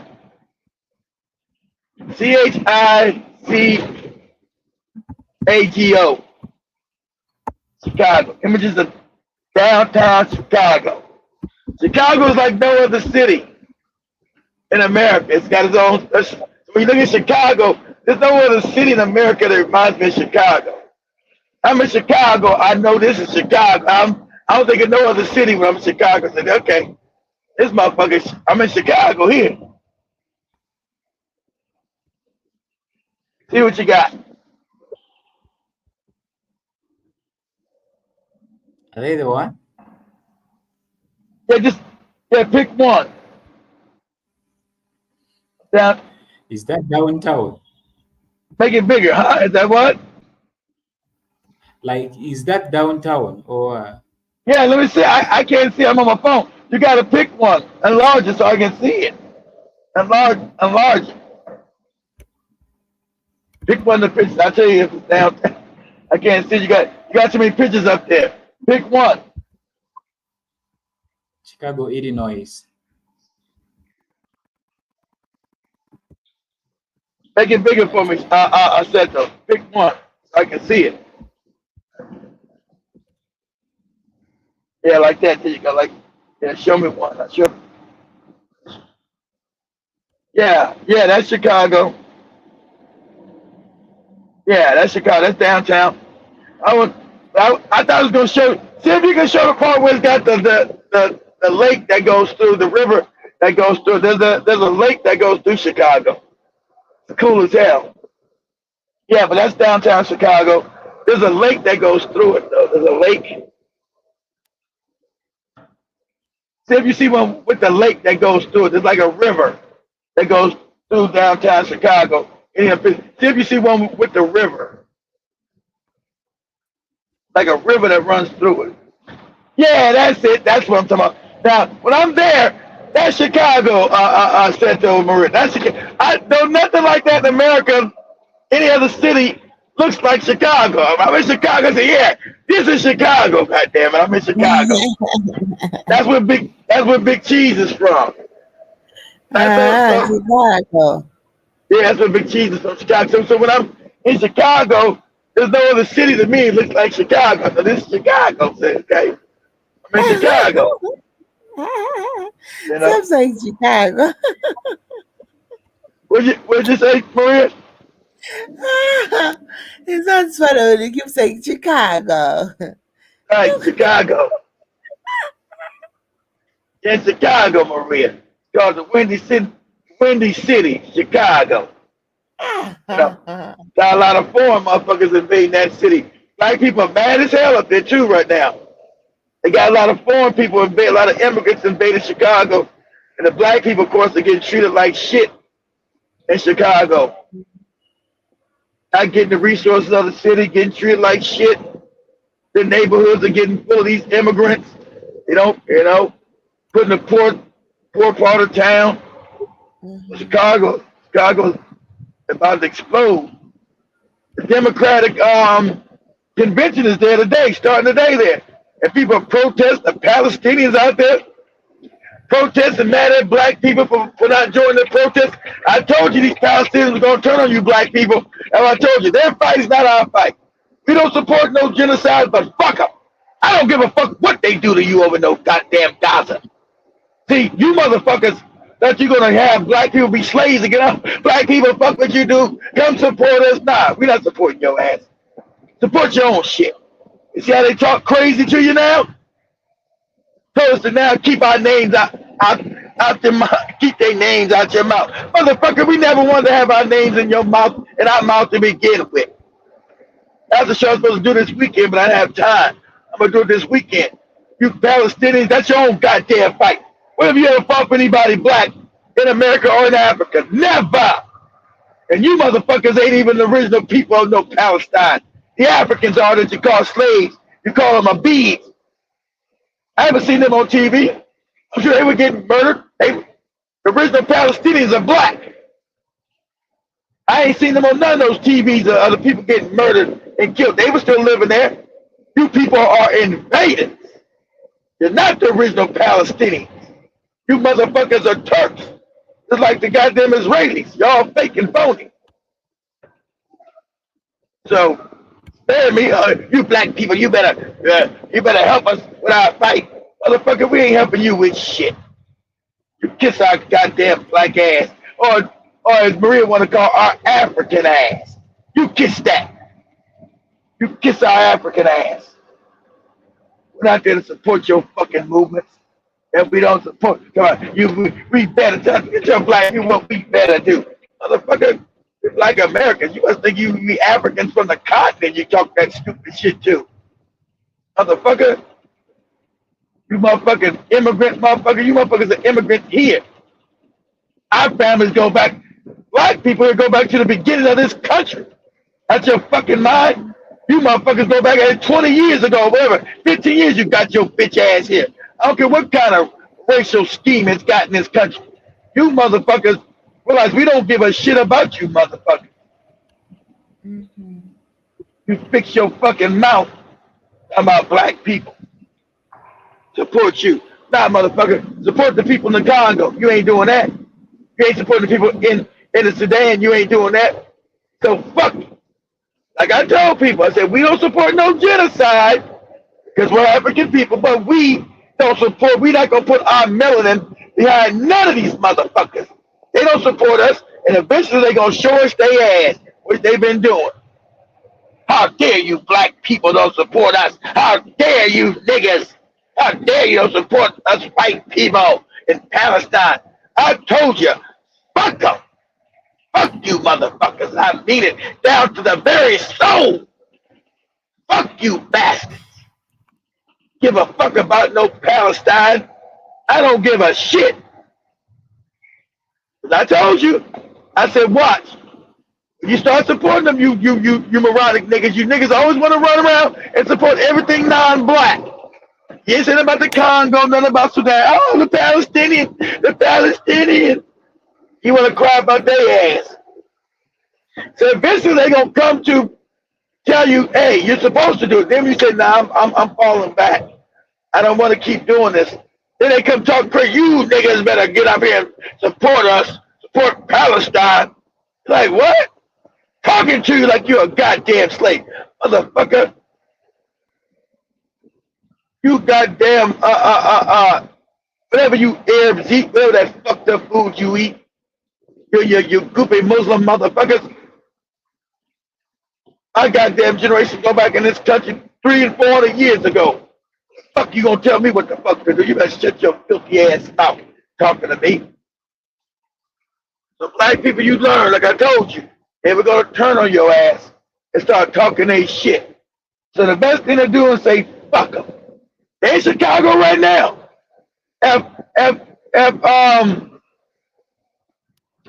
Seto go to YouTube, he'll see just right protest outside the DNC convention in Chicago. You'll see him out there in Chicago. Say protest outside. They say, and they're right, DNC convention in Chicago. Protest outside DNC convention in Chicago. Happening right now in Chicago. You can find it on YouTube somewhere, TikTok, anywhere, Twitter, whatever you decide to choose. You'll see it. My white black people ain't out there supporting you. Fuck you, motherfucker. I say right to your goddamn face. Fuck you and your goddamn Palestinian protest. I don't give a shit about none of it. Damn you motherfuckers to hell. That's what I tell you. Talk about why black people ain't support you enough. Motherfucker, when you support anybody black or African, never. So kick rocks and put your foot up your own ass. That's what you do. Take your foot. If you want us to protest, you take your own foot and shove it up your own ass. That's what you do.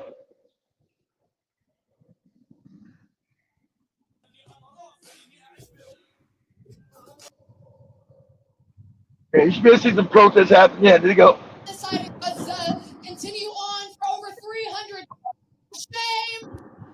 Shame. A genocide executed by the criminal Zionist government with the now look at this black. See, always got a black bootleg. Why are you supporting them when they already done shit on black people? While public education is under attack, while basic reproductive health care is under attack, while both the Republicans and Democrats clearly serve empire and monopoly capitalist interests. That's right, both of them are empires. From all across this country to make it clear that we say genocide is not welcome here.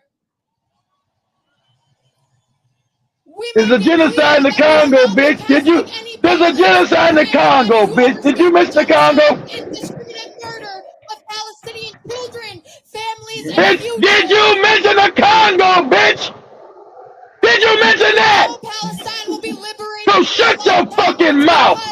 Shut your goddamn mouth. Justice for all people. It's a struggle that connects all of our shared. Always got some moronic ass nigga talking about shut your ass up. That's why they put her ass out front. Cause you're a bootlicking coon. Where's the I've heard you shit about Sudan or the Congo, bitch. I'm waiting. I'm waiting. Palestine. You don't get your fucking goofy ass off of there. Shut the fuck up. Shut the fuck up. Shut the fuck up. Do that. Please go to the YouTube to access the live stream. Our next speaker. Put your melanin behind that shit. You ain't saying nothing about the Congo, bitch. Grew up in Johannesburg, this So you're happened. always gonna have a handkerchief head, boot licking, butt dancing, coon ass nigga talking about helping other people shit besides your own people. You. And that's what they love. So you always got some niggas come up there, God, From the see, river to the sea, another nigga told you, all gonna boot licking niggas. Palestine will be free. Told you, you can't make this up.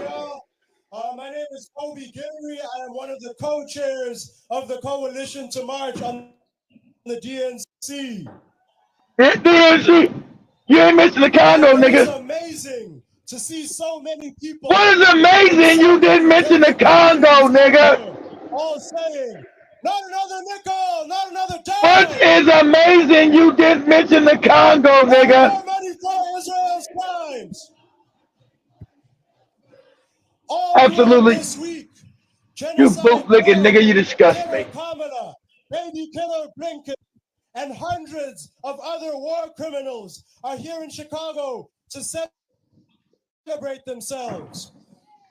So I want to ask y'all, after more than 300 days of genocide, what is there to celebrate? How about 20 years of genocide in the Congo, you bitch ass nigga? How about that? Genocide people that look just like your punk ass. You ain't talking about that. You want to tell me about some Palestinian shit if you don't get the fuck out of here. No. What they've done instead. And I told people they were still going to have some bootlegging niggas that they were going to use. Oh, Keith, there ain't going to be nobody black. No. They pay these niggas some money, they'll show up. Hey, you goofy niggas, they're going to pay you some money. Yes. I'll get paid. I say, Palestine must be free to the river, to the sea. Where's my money at? Where's my check? Get my money yet? A lot of people have been doing that, by the way. Palestine is under attack. What do we do? Palestine is under attack. What do we do? Now, you see that? You ain't never seen none of these people support us with none of our shit. Never. All of these bootleg niggas, you've never seen none of these people support us. Whether we got problems in America with the police or in Africa. Never. 70 organizations united. So what's the solidarity here? Every day until that we always got bootlegs in the African community, whether they come from Africa or Africa, America, or the Caribbean. We always got bootleg ass niggas. Oh wait. To end all USA to Israel. We're gonna fight for the people's agenda. And you're gonna I ain't got shit to do with that. I don't give a fuck what you do. Do it or don't do it. I ain't got shit to do with that shit. About the work that they do in their communities and how that connects to the Palestinian liberation struggle. What about our struggle, nigga? What about our liberation struggle? They always get bootlicking niggas out front every time. This is copy and paste every time. But the power is the thousands of people that are represented right Palestine. now. So I want to end with one chant. I want y'all to repeat after me. The people united will never be defeated. Hey, Seto, send me this video to my WhatsApp when you get a chance. I gotta do this. I gotta make a show out this shit here. All right, y'all, let's keep fighting. We're gonna win.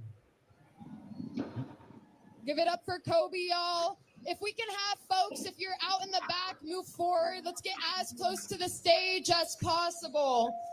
Gaza, Gaza, head held high. All the problems in Chicago right now.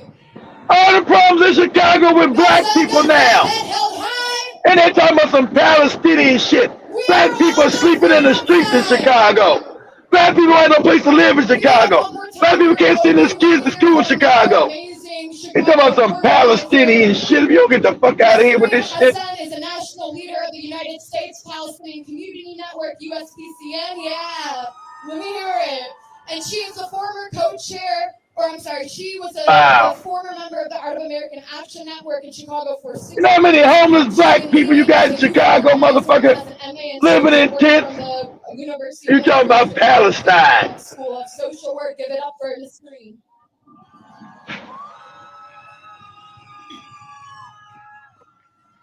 Hey, Dems, you can't hide. We charge you with genocide. We charge you with genocide. Yeah, that's her people. So fuck it. Yeah, whatever you do, that's your shit. I ain't got nothing to do with that shit. Organizer with the U.S. Community Network. I am honored to be speaking this march All right. in a town that's a They're unit. genocide. They'll never. These motherfuckers don't never be with black people on nothing in America or in Africa or anywhere ever. These the same motherfuckers that got open slave markets in Palestine, in Egypt, in Libya, in fucking Algeria, in Tunisia. African people. Fuck these people. You kiss my ass. And you motherfuckers ain't even Palestinians. You're invaders. You're not Palestinians. If you're not African, motherfucker, you're not no Palestinian. From all our coalition movements, labor, LGBTQIA, LGBTQ shit. education. Well, I'm out of that shit. As soon as you said about goddamn sodomy, I'm out. LGBTQ shit, I'm done. As soon as you say that shit, I'm out. I'm out. I'm out. This ain't got shit to do with no African people. Are trying to survive I'm out. I don't want the popcorn that Seto talk. I don't want the popcorn Seto talk. I don't want no popcorn with the LGBTQ. The Biden administration and Democrats have ignored our calls for an end to this genocide, claiming harassment when anyone confronts them about supporting the mass murder of Palestinians. For example, Speaker Pelosi made ridiculous I'm about to mass murder Congolese. Chinese and Russian governments were paying Palestinians to protest her support for the genocide. For months, we have seen horrific photos and videos coming out of Gaza from elders in wheelchairs being displaced for the third time, and their lives, children being blown apart, to Palestinians being held captive and tortured. That's been happening in Congo for 20 years, bitch. Churches. When you think about the Congo, bitch, get out of here. The Democrats, along with the Republicans, have created an environment that is vilifying our students, sending militarized police to harm them for calling on divestment from Israel. They are using political and state repression to intimidate activists for calling a war to end the genocide. They have FBI visits and law enforcement harassing our communities to stoke fear. They have reignited racist tropes towards Palestinians and Arabs. Those racist tropes were the motivator for an adult to stab a 60-year-old with the FAU over 28 times until he was killed.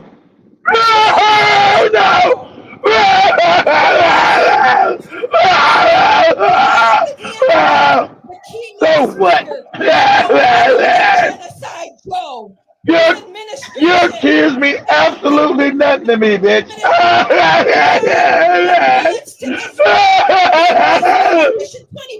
That's all you know, good nigga. That's all. Pulls the trigger, legally carrying out this genocide, but the U.S. is paying for it. Genocide Joe in 2020 tried to scare Trump would cut UNRWA. Motherfucker, genocide in Africa for over 20 years, bitch. The politicians in this convention are telling you that Palestine should not be your issue. When U.S. police departments get trained by Israeli occupation forces, and you never cared about that. Tactics back to kill black and brown community. Palestine is your issue. When our tax dollars are being used to kill nurses and you just say black and okay, let me get shot in the face, bitch. Palestine is your issue. When the now you want to say and kills 15,000 children that will never return to school. Now you want to say that shit now. Education here. Palestine is your issue. All that shit. I want to add That's all. Pause it. That we're criticizing Republicans holding the Democrats. You want to say now, bitch? Somehow we are giving. Santo, you there? Pause it. Pause it. Pause it, Santo. Thanks. Bitch, you want to now worry about police being trained in fucking Israel? We all been knew that. Killing brown people, you mean black people, bitch. So that's our issue. But they was killing us before they would commit genocide on your fucking people. You never said a goddamn thing. When George Floyd got his fucking neck smashed, where were you Palestinians? When goddamn, when Tamir Rice got his head blown off, where the fuck are you Palestinians? When goddamn, Michael Young got his head blown off, Orlando Castile got his head blown off, where the fuck were you Palestinians at? No fucking where. Now you saying, because the genocide in the Gaza, oh, black people, they train them to kill us. That's now Palestine is your issue. Bitch. Why was it never your issue when they were killing our ass? And Gaza was all right. You didn't give a shit. Now as you're getting genocide, you still talking, you're trying to shame black people. You know, the police are getting trained in Israel. They've been getting trained in Israel, motherfucker. You just now knowing that? You didn't say that before. You've only said when it affects your fucking ass in Gaza. You have never said this shit not one goddamn time. So you know what, bitch? Kick rocks, bitch. As I told you, you filthy motherfucking Arabs, keep black people name out your motherfucking mouth. That's what you do. You've been told. We don't give a fuck about your genocide. Now, I told people in the beginning, we don't support genocide because we're African people.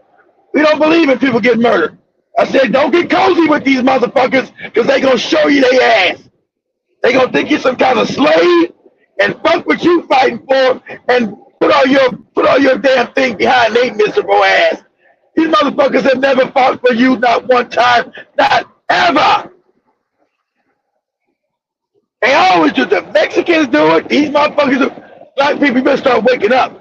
I'm glad a lot of you on TikTok are. You telling these motherfuckers, fuck them. That's right. Fuck them. Don't talk to the Jews that are killing your ass. We ain't got nothing to do with it. Motherfucker, did you mention the Congo? You mentioned Sudan? You mentioned any part of Africa that's getting killed, robbed? Any place in America? Now you guys out there with black Americans. Oh, the police are getting trained by Israel to come back and harm brown communities here. What? Bitch, that's been happening for 30 years, bitch, before you motherfuckers got here. And you ain't never mentioned nothing out of your filthy fucking mouth. Now all of a sudden you're feeling bad. Oh, you know what, African people? No, bitch, this your own fight. Hold your own water. Hold your own water. Black people are going to sit this out, bitch. You get your couple handkerchief head, boot licking house niggas to help you. But the majority of black people in America, we're going to sit this out. And you got the Palestinians, and if the niggas want to help you in England, hey, let them do them. But in America, we ain't helping you. We telling you, fuck y'all. So if you get the black people in England to help you motherfuckers over there, that's what you do. The black Americans told you, fuck you motherfuckers. You motherfuckers can kick rocks. You motherfuckers are more racist than the Jews are to black people. You fucking filthy ass Arabs are more racist than Jews are to black people, and black people know it. So we telling you, hold your own water, bitch. Hold your own water. You kick rocks, bitch. Fuck you and your Palestinian problems. They ain't got shit to do with me. I don't support no genocide, but I ain't got shit to do with your protest. You kick rocks, bitch. Go ahead, Seto.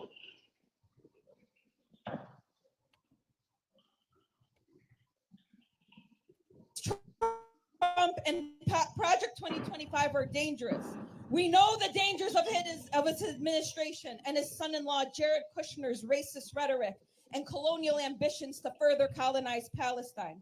We know Jared was honored by the anti-Black, anti-Arab, anti-Muslim, Anti-Defamation League, ADL. The ADL had Now you mention anti-black. You Arab motherfuckers ain't never mentioned no anti-black. See all these guys, you know, remember the ADL, the anti-Arab, anti-black, is here bitch. because of all of you. There's no coalition between us and you. We will end. There's no coalition between us and you. I'm trying anti-black. You motherfuckers ain't never gave a damn about people being anti-black. Cause guess what? You motherfuckers are anti-black. To the sea. You motherfuckers are anti-black. Free. And from the I don't give a shit if it's free or not. River, Whatever. Palestine will live forever. Whatever, bitch. Palestine will live forever. See, you got a rough place, lady. Black people know that you're anti-black. Executive director of the National You motherfuckers are anti-black. Political repression. I don't give a fuck whether you're gonna be free or not. Talking about anti-black, anti-Arab. You motherfuckers are anti-black. Revolutionary for over 60 years. He is one of the leading black liberation organizers in the U.S. Right. And has published 2 books. His memoir, The Damn. Who's this coon? Don't you always get coon niggas? Who's this coon ass nigga? Perspectives on black liberation. Probably some Muslim motherfucker.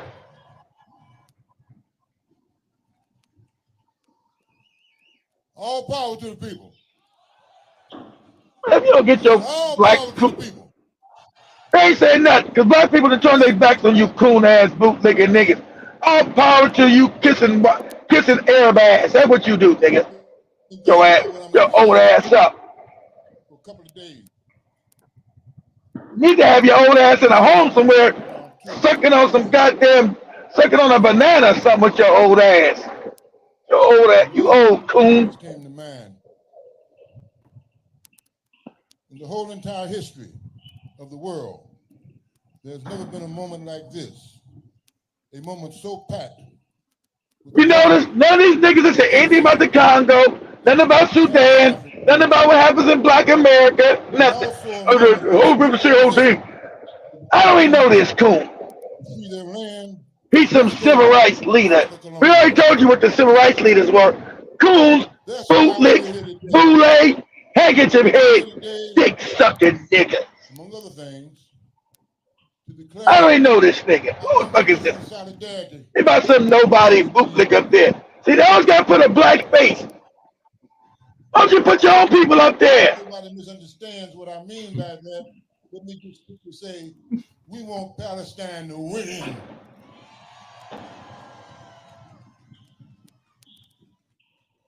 James bootlick. See, his light bill was due. This nigga's light bill was due. I ain't got no money for my light bill. We'll pay you money for your light bill, nigga. Just come out here and say you support Palestine. All right. You gonna buy me some groceries too? You gonna buy me some groceries too? Yeah, nigga, we're gonna give you some groceries, you bum ass nigga. Oh, Lord, thank you. Thank you, sweet Arab man. International war criminal. Just a joint session of Congress. So we know what side they're on. We know what side they're on. You know they ain't showed the crowd because ain't nobody black out there listening to these niggas. You see they ain't show the crowd? Why they ain't show the crowd yet? Whoever got the camera, why you ain't show the crowd? I bet ain't nobody black out there listening to this old ass, coon ass nigga. So free Palestine. Free Palestine. Free Palestine. Free, dick in your ass. Free, dick in your ass. Free, dick in your ass, you coon ass nigga. Palestine will be free. If I remember, I told these old ass niggas are the worst. These elderly niggas are the worst. In Africa, America, and the Caribbean. Whenever you find an old nigga, throw his ass in a bag and get rid of his old ass. End the occupation now. End the occupation now. Why is everybody black at this motherfucker but one goddamn Palestinian lady? Why is everybody African up that motherfucker? Because they want you to put your melanin, they want you to put your goddamn righteous goddamn indignation behind their shit. The founding members of the Anti-War Action Network, which has led multiple national days of action in solidarity with Palestine and across the globe. Free, free Palestine! What about the Congo, bitch? Palestine! Free, free Palestine! I don't give a fuck. The Anti-War Action Network is so proud to be marching here on the DNC today, shoulder to shoulder with all of you. We brought folks here today from Minneapolis, from Milwaukee, Detroit, Grand Rapids, Chicago, Dallas, Denver, Jacksonville, Portland, New Orleans, and Tucson, all to be part of this critically important national protest. Black people, this ain't our issue. And the Democratic Party, when they ousted This ain't our issue. This ain't got shit to do with us. We wouldn't be here today. And well, I don't give a fuck if you're there or not. This ain't got shit to do with me. Not enough. This ain't got shit to do with my people. Not just new leadership of a genocide. This ain't got shit to do with my people. I don't give a shit why you're there or not. Weapon sales to Israel, and we are not going to get it if we just line up behind Kamala. We will only get what we demand if we keep demanding it, if we refuse to be silent during a genocide. What about the genocide in the Congo? I'm still asking for a friend. What about the genocide in the Congo? What about that? When I stand for trans rights, I'm asking for trans rights. When I stand for climate justice. See, I'm all out of that shit. Trans rights. What's that got to do with black this and black? These black morons sitting up there talking about that stupid shit there. That ain't got nothing to do with black people nowhere on the planet. Trans rights.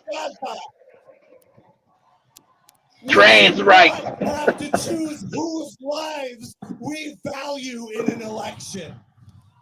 Oh, you don't value African people's lives. You ain't mentioned shit about the Congo.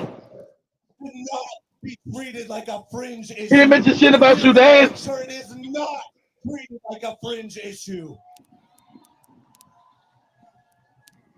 Many of us here today, we spent our whole summer protesting for Palestine at home, at the RNC, and now here at the DNC, because we know who, regardless of who wins this election, Trump or Harris, our work will not be done.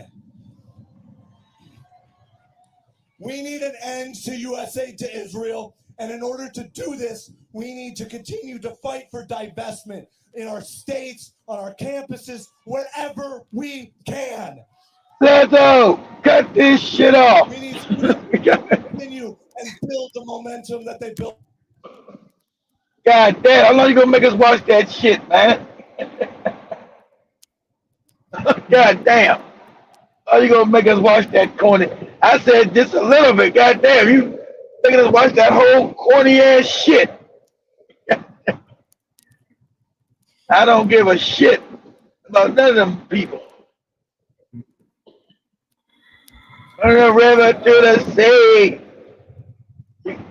Go ahead, Sutter, what you say?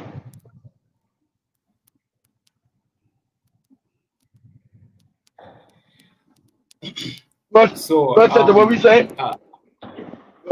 I don't think all those people that of course that are congregating there, like they don't know actually other issues that are happening actually in Africa. Actually, I don't think that they don't know issues that are happening here in actually the atrocities that have been done by the same people here in Africa. They know, but yeah, they know. There is the racial segregation. Let me say that. Exactly. Yeah, you've been all nice. The racial segregation is called they don't give a shit. You're all nice.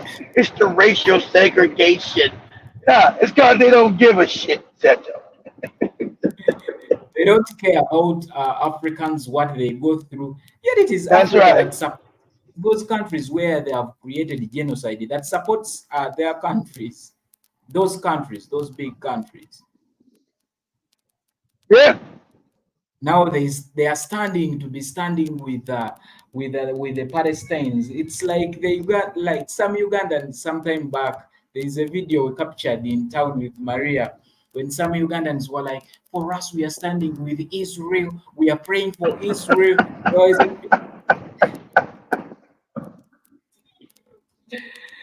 So, That's because they caught up in the goofy religion set though. And the Israel and we're standing with Israel. They're God's people and all that other dumb shit they believe. All that shit that ain't true. now these ones are standing with the Palestinians. Yes, there is a war between Palestine and Israel, but why is it that we have not seen actually people coming out to organize such protests for issues, for atrocities that have been made in Africa, for the backwardness? Because those are niggas. So no one gives a shit. That's why. And we shall never and ever see them unless when they have a condition, unless when they are looking for something in Africa, but we can never see them standing up for Africa. No. Nobody cares about Africans. I say, fuck, those are Africans. Fuck them.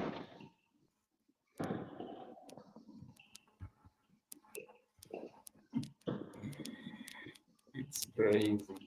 It's Those crazy. are Africans. Africans are supposed to get blown up and killed.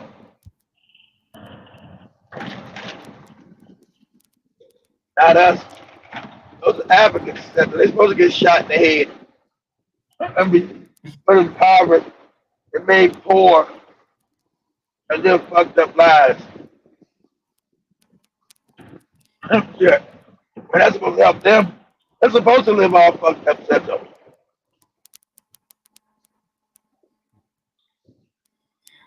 Because the reality is we have African countries that have gone through a lot and still going through a lot. Sudan, when you look at Sudan, people are starving in Sudan, people are being killed in Sudan. The war in Sudan has been neglected by the international community. The war in Sudan, it's going on.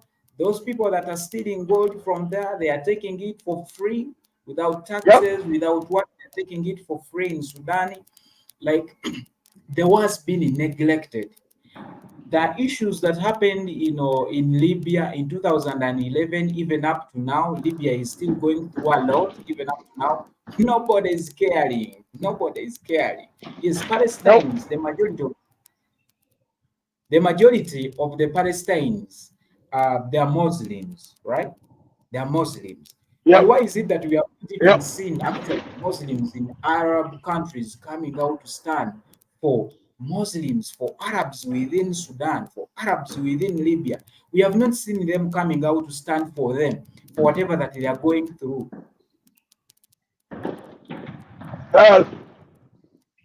It's the Jews that kill them. The Jews run the world, said though. They own all the banks. That's why they ain't nobody came out and said nothing. That's why. And to be honest, it's the same Jays, the Jews that are doing the same thing in Africa. They're behind Sudan. They're behind Congo. Same people. But that's my fight. I'm fighting what they're doing to those other people. I'm sad for them. But those other people are just as racist to black people as the people that are killing their ass. Oh shit. Why would I help you? You're just as racist as the motherfuckers that's killing your ass.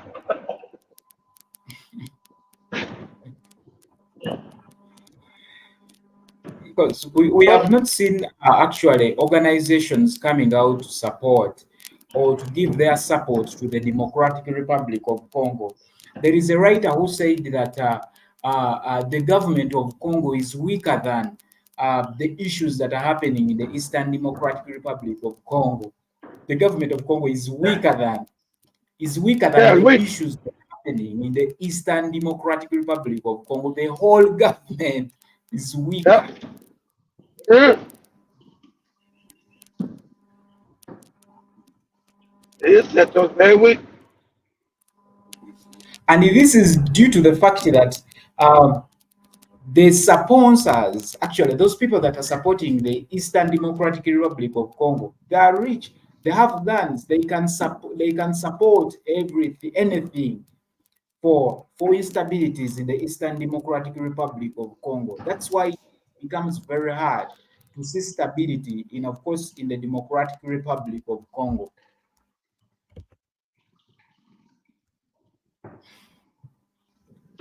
No. Because instabilities actually and genocide within Congo, it is not in the entire Congo, but majorly it is actually, we see it actually in the Eastern Democratic Republic of Congo. Rina from YouTube here says that they realized the monkeypox on the people. They sure did. Yeah, true. They sure did. They sure did. They sure did in the Congo. It's not even deadly, right? Because they don't want to mess between the caused by sodomy. I don't think Seto's getting popcorn for anybody to sodomize them. They don't want you to know that. You know. I've looked at all the diseases that happen actually that break out in Congo. They come in the eastern. I won't say that the eastern part of Congo is cursed. It's not, but it is these people that are causing this confusion in the area. When we look at Ebola, it is within that area. When you look at cholera, Yeah. it is within that area. That's where When the we look minerals are at at, Setos. Where the money's at, yes. It's all made up. COVID-19, it started within the Eastern Democratic Republic of Congo. Yeah. Oh, where the money's at, Seto?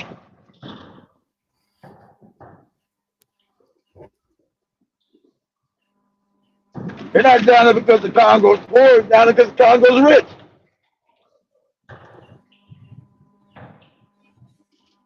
That's why I'm there.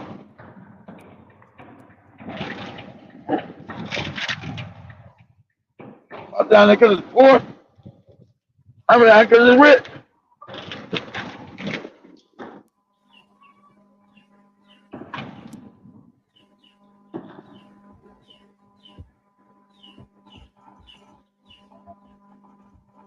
I think we lost Korea.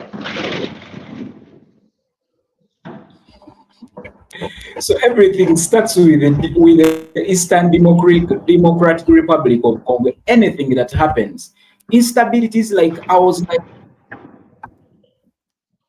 like, how do these people actually survive in the Eastern Democratic Republic of Congo? Yet it is having all these diseases, it is having all these instabilities. But when you look at the majority of the whites and foreigners within Congo, they live in the Eastern Democratic Republic of Congo, despite of whatever that is going on in this area, despite of the instabilities, despite of the diseases, the very many diseases. Yes, today they talk about the mpox virus that is within the Eastern Democratic Republic of Congo. But there are a lot of other diseases that have been seen in the same area. There is cholera, Ebola in the same area. Actually in the same we even see actually rebels in the same area. Yep. Why the rebels will never get monkeypox? I said though, why these rebels will never get these diseases and die?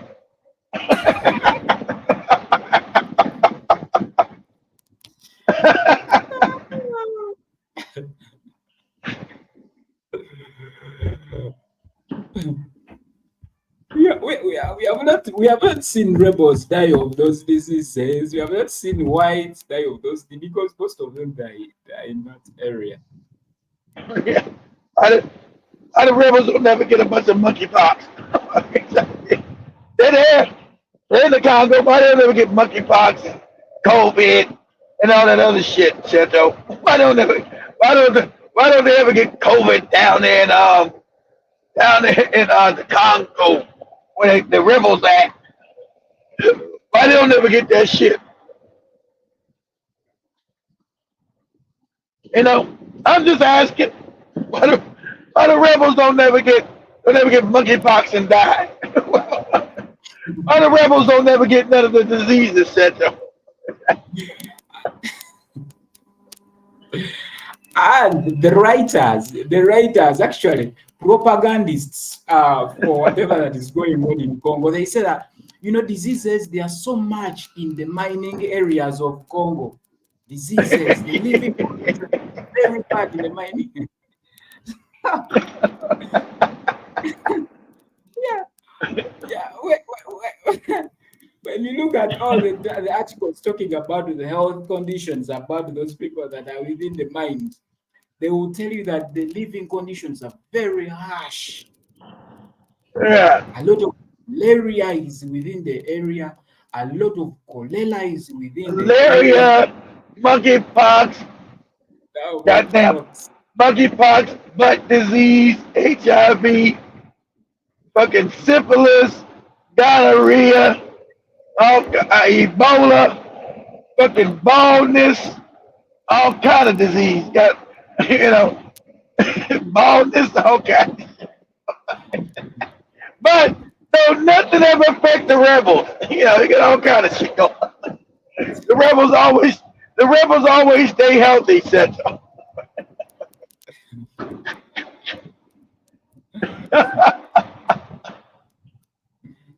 They got motherfuckers got foot infections, all kind of shit. But the rebels, they don't ever get none of it. They just keep fucking people up, stealing more land. Hey man, ain't you worried about monkeypox, rebel? Nah, I ain't worried about no fucking monkeypox. Ain't you worried about that shit? What about other shit? Nah, man, shit. I'm a rebel. We don't ever get no diseases. They are resistant to diseases. That's right. We're resistant. You know why we're resistant? Because the white man needs us to keep stealing this shit out of here. That's why we're resistant.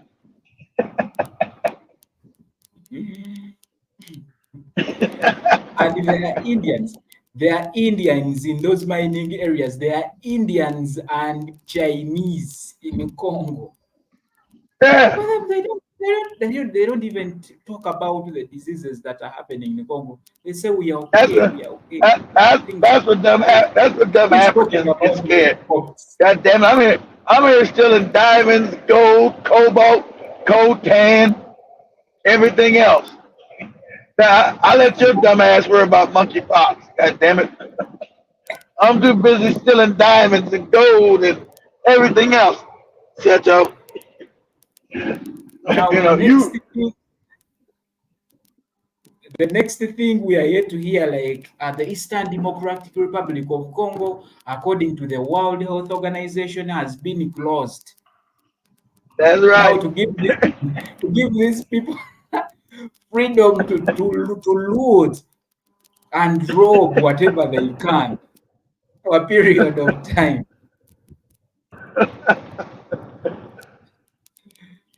Because now there is a way I've seen World Health Organization actually putting unserious things first. Like you see everywhere, everyone is posting about the outbreak of a certain disease. They even mentioned it like this mpox virus. Now it is having two types. There is the Western African type. They don't talk about there is the West African type and there's also the Congo type. They said now the Congo type is extremely very, very, very dangerous. And we need to address this issue very fast. Now they posted it everywhere, even the every chief. Time.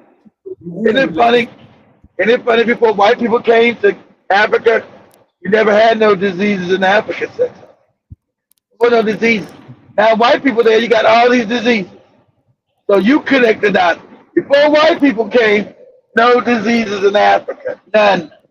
White people there now, you got cancer, Ebola, HIV, goddamn, all kind of shit. You got foot fungus. You got monkeypox. You got goddamn malaria. You got goddamn polio. All kind of. You got a cauldron of shit. All of a sudden, when white people showed up, you had none of that. What a coincidence. Yeah, depression is a lot. That's on fun. It's too much, but if the African learns to fight back, Rhino, you're going to keep getting depression. That's what's so good about Ibram Torah, Rena. The African learns to fight back and stop loving his oppression. Those black people love their oppression. It's like Rhea said, most Africans don't even know they're even oppressed. What was that center? They don't even know they even colonized. That was Maria said. Most Africans don't know they're still colonized. Like, God damn.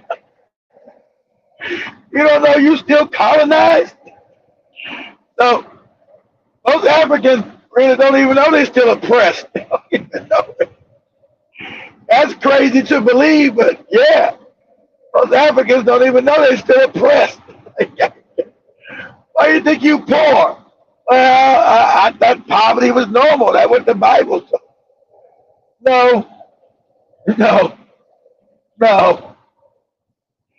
You're poor because you're stupid. You're ignorant. That's why you're poor. You're poor because you're oppressed and you're still colonized.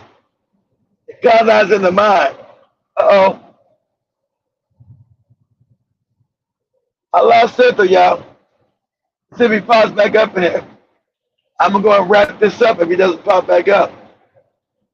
We've been here for some time now. It's 3 hours, might be up. I popped up here a little late.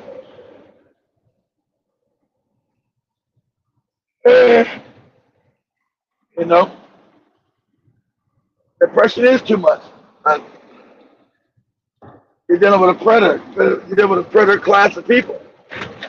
The European is a predator, so you have to stop being the prey of other people. Sadly enough, you have to stop being the prey of other people.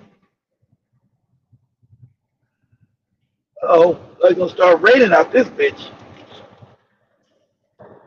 Like a midday Florida shower. It got dark as hell out here. Closer I get to Atlanta, the darker it gets.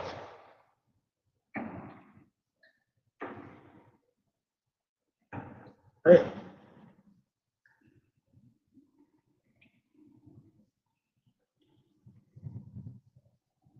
You guys, make sure you go to Google. It's up in here. Make sure you guys got the app. Make sure you go to Google Play Store. Type in Black Eye Fire Network and download our free app. That's Google Play Store. And download the free app at Black Eye Fire Network.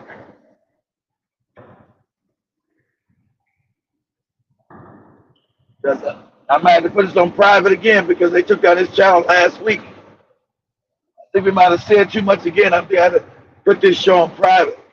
But now all the shows that we do come on our network now, so you guys go download that free app at Black Eye Fire Network, the Google Play Store.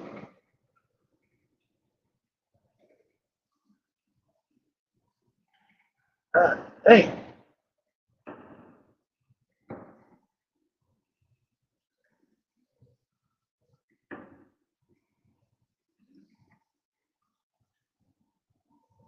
What you guys saying?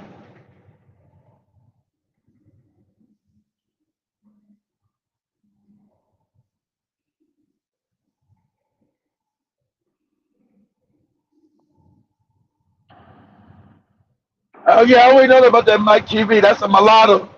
That's a mulatto. So he's got some problem with being. He got some problem with his either his black daddy or his black mama. I don't know. That's that mulatto nigga. All right, that's that mulatto dude. Calls himself an Indian. Well, I would you'd have to be because your dad, you'd be a $5 Indian because his mom or daddy are white. So he'd be, if he's on the Indian road, so he had to do, why does he always worry about African people then? Black people. Because if somebody in his family is an Indian, full blood, and the other Africans or African American, you know, descendants of enslaved people, he got nothing to do with his ass. So, oh, you always be wary of these damn mulattoes.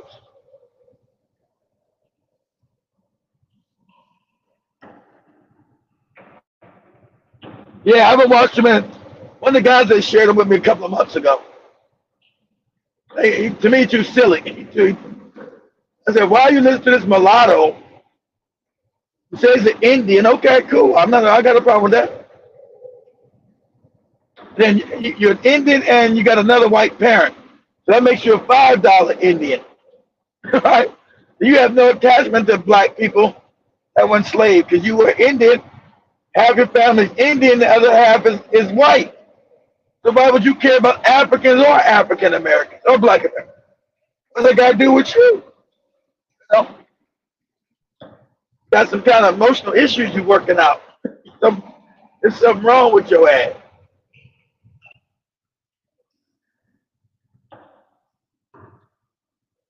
Got some kind of emotional issues. You're trying to start some diaspora war. Or you're not even fully black. You know, it's fucking crazy to me. I'm not going to argue with you shit. You got some kind of identity crisis going on. Go do you. Yeah, I thought that was the guy you were talking about. I'm not going to lie. I haven't watched a lot of his content. I seen his content a few months ago. They asked me to watch it. I'm saying, what's he so angry about? He's so angry about Africans. What have they done to him? Why are you so angry about Africans and all this other shit? That's an individual trying to fit in because he has no identity. There's an Indian, okay, then if your parent is white, you're $5 Indian. You're not a complete native. Damn sure not completely black. So now you're not even a complete native that you're talking about. You say you're an Indian. But obviously you're not a complete Indian because you got a white parent. So you're a $5 Indian somewhere. And that's okay. That's what you are. You know, do you? Nobody's mad about what you're claiming to be.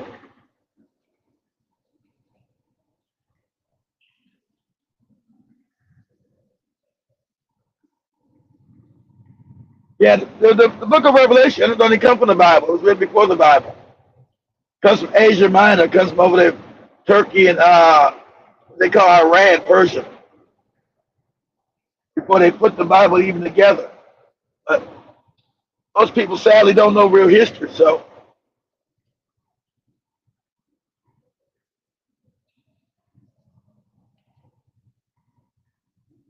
Yeah, but shout out to that guy, Mike TV. You know, got some kind of identity crisis going on.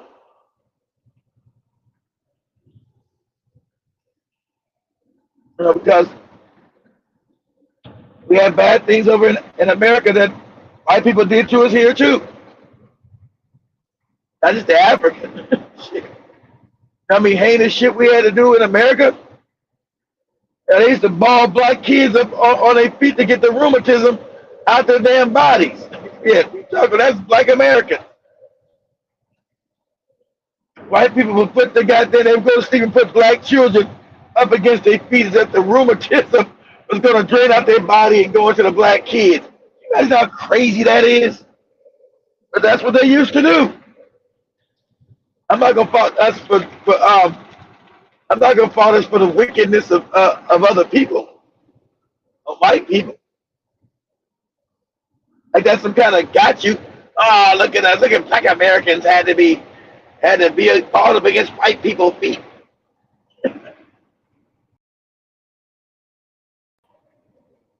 So, I'm not gonna say somebody's oppression was worse than my own. Look at you! They made a table out you. What's the benefit of that? If he did do that, you said he did it. I haven't seen it. I don't watch it. So if he did do it, what's the benefit of doing it? What psychological masturbation are you doing? What are you trying to fulfill by showing that footage? Is it uplifting or is it degrading? And why are you trying to degrade someone? How's it making you feel good to degrade other people? Always be leery about people like that. If you're going to degrade someone, make it for a reason, because maybe they degrade you, but just to degrade someone for selfish, horrible reasons is it's kind of despicable. It's despicable behavior. So, hey, shout out to him. That's probably why I don't watch his ass.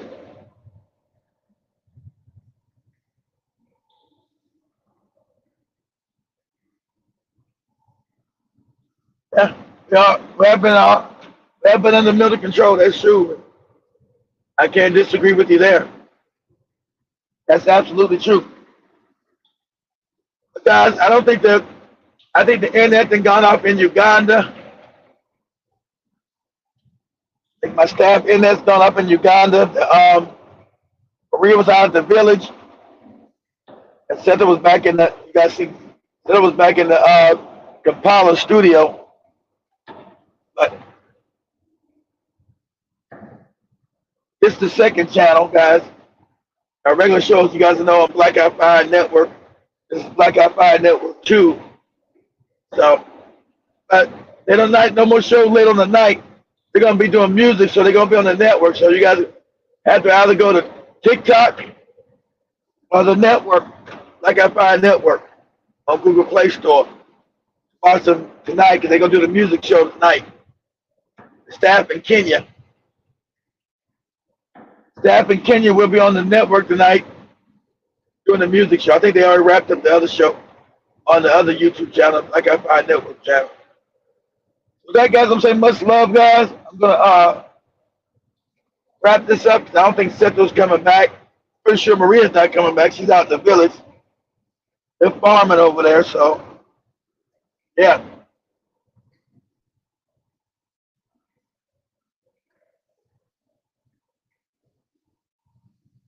Yeah, they have to degrade other African people to make themselves feel good. And when you do that, there's an emptiness inside you. You got to degrade other people for your own validation. There's an emptiness inside you somewhere, because you're trying to cover up for some kind of emptiness that you feel for yourself. And I'm not saying he does that, because I haven't watched.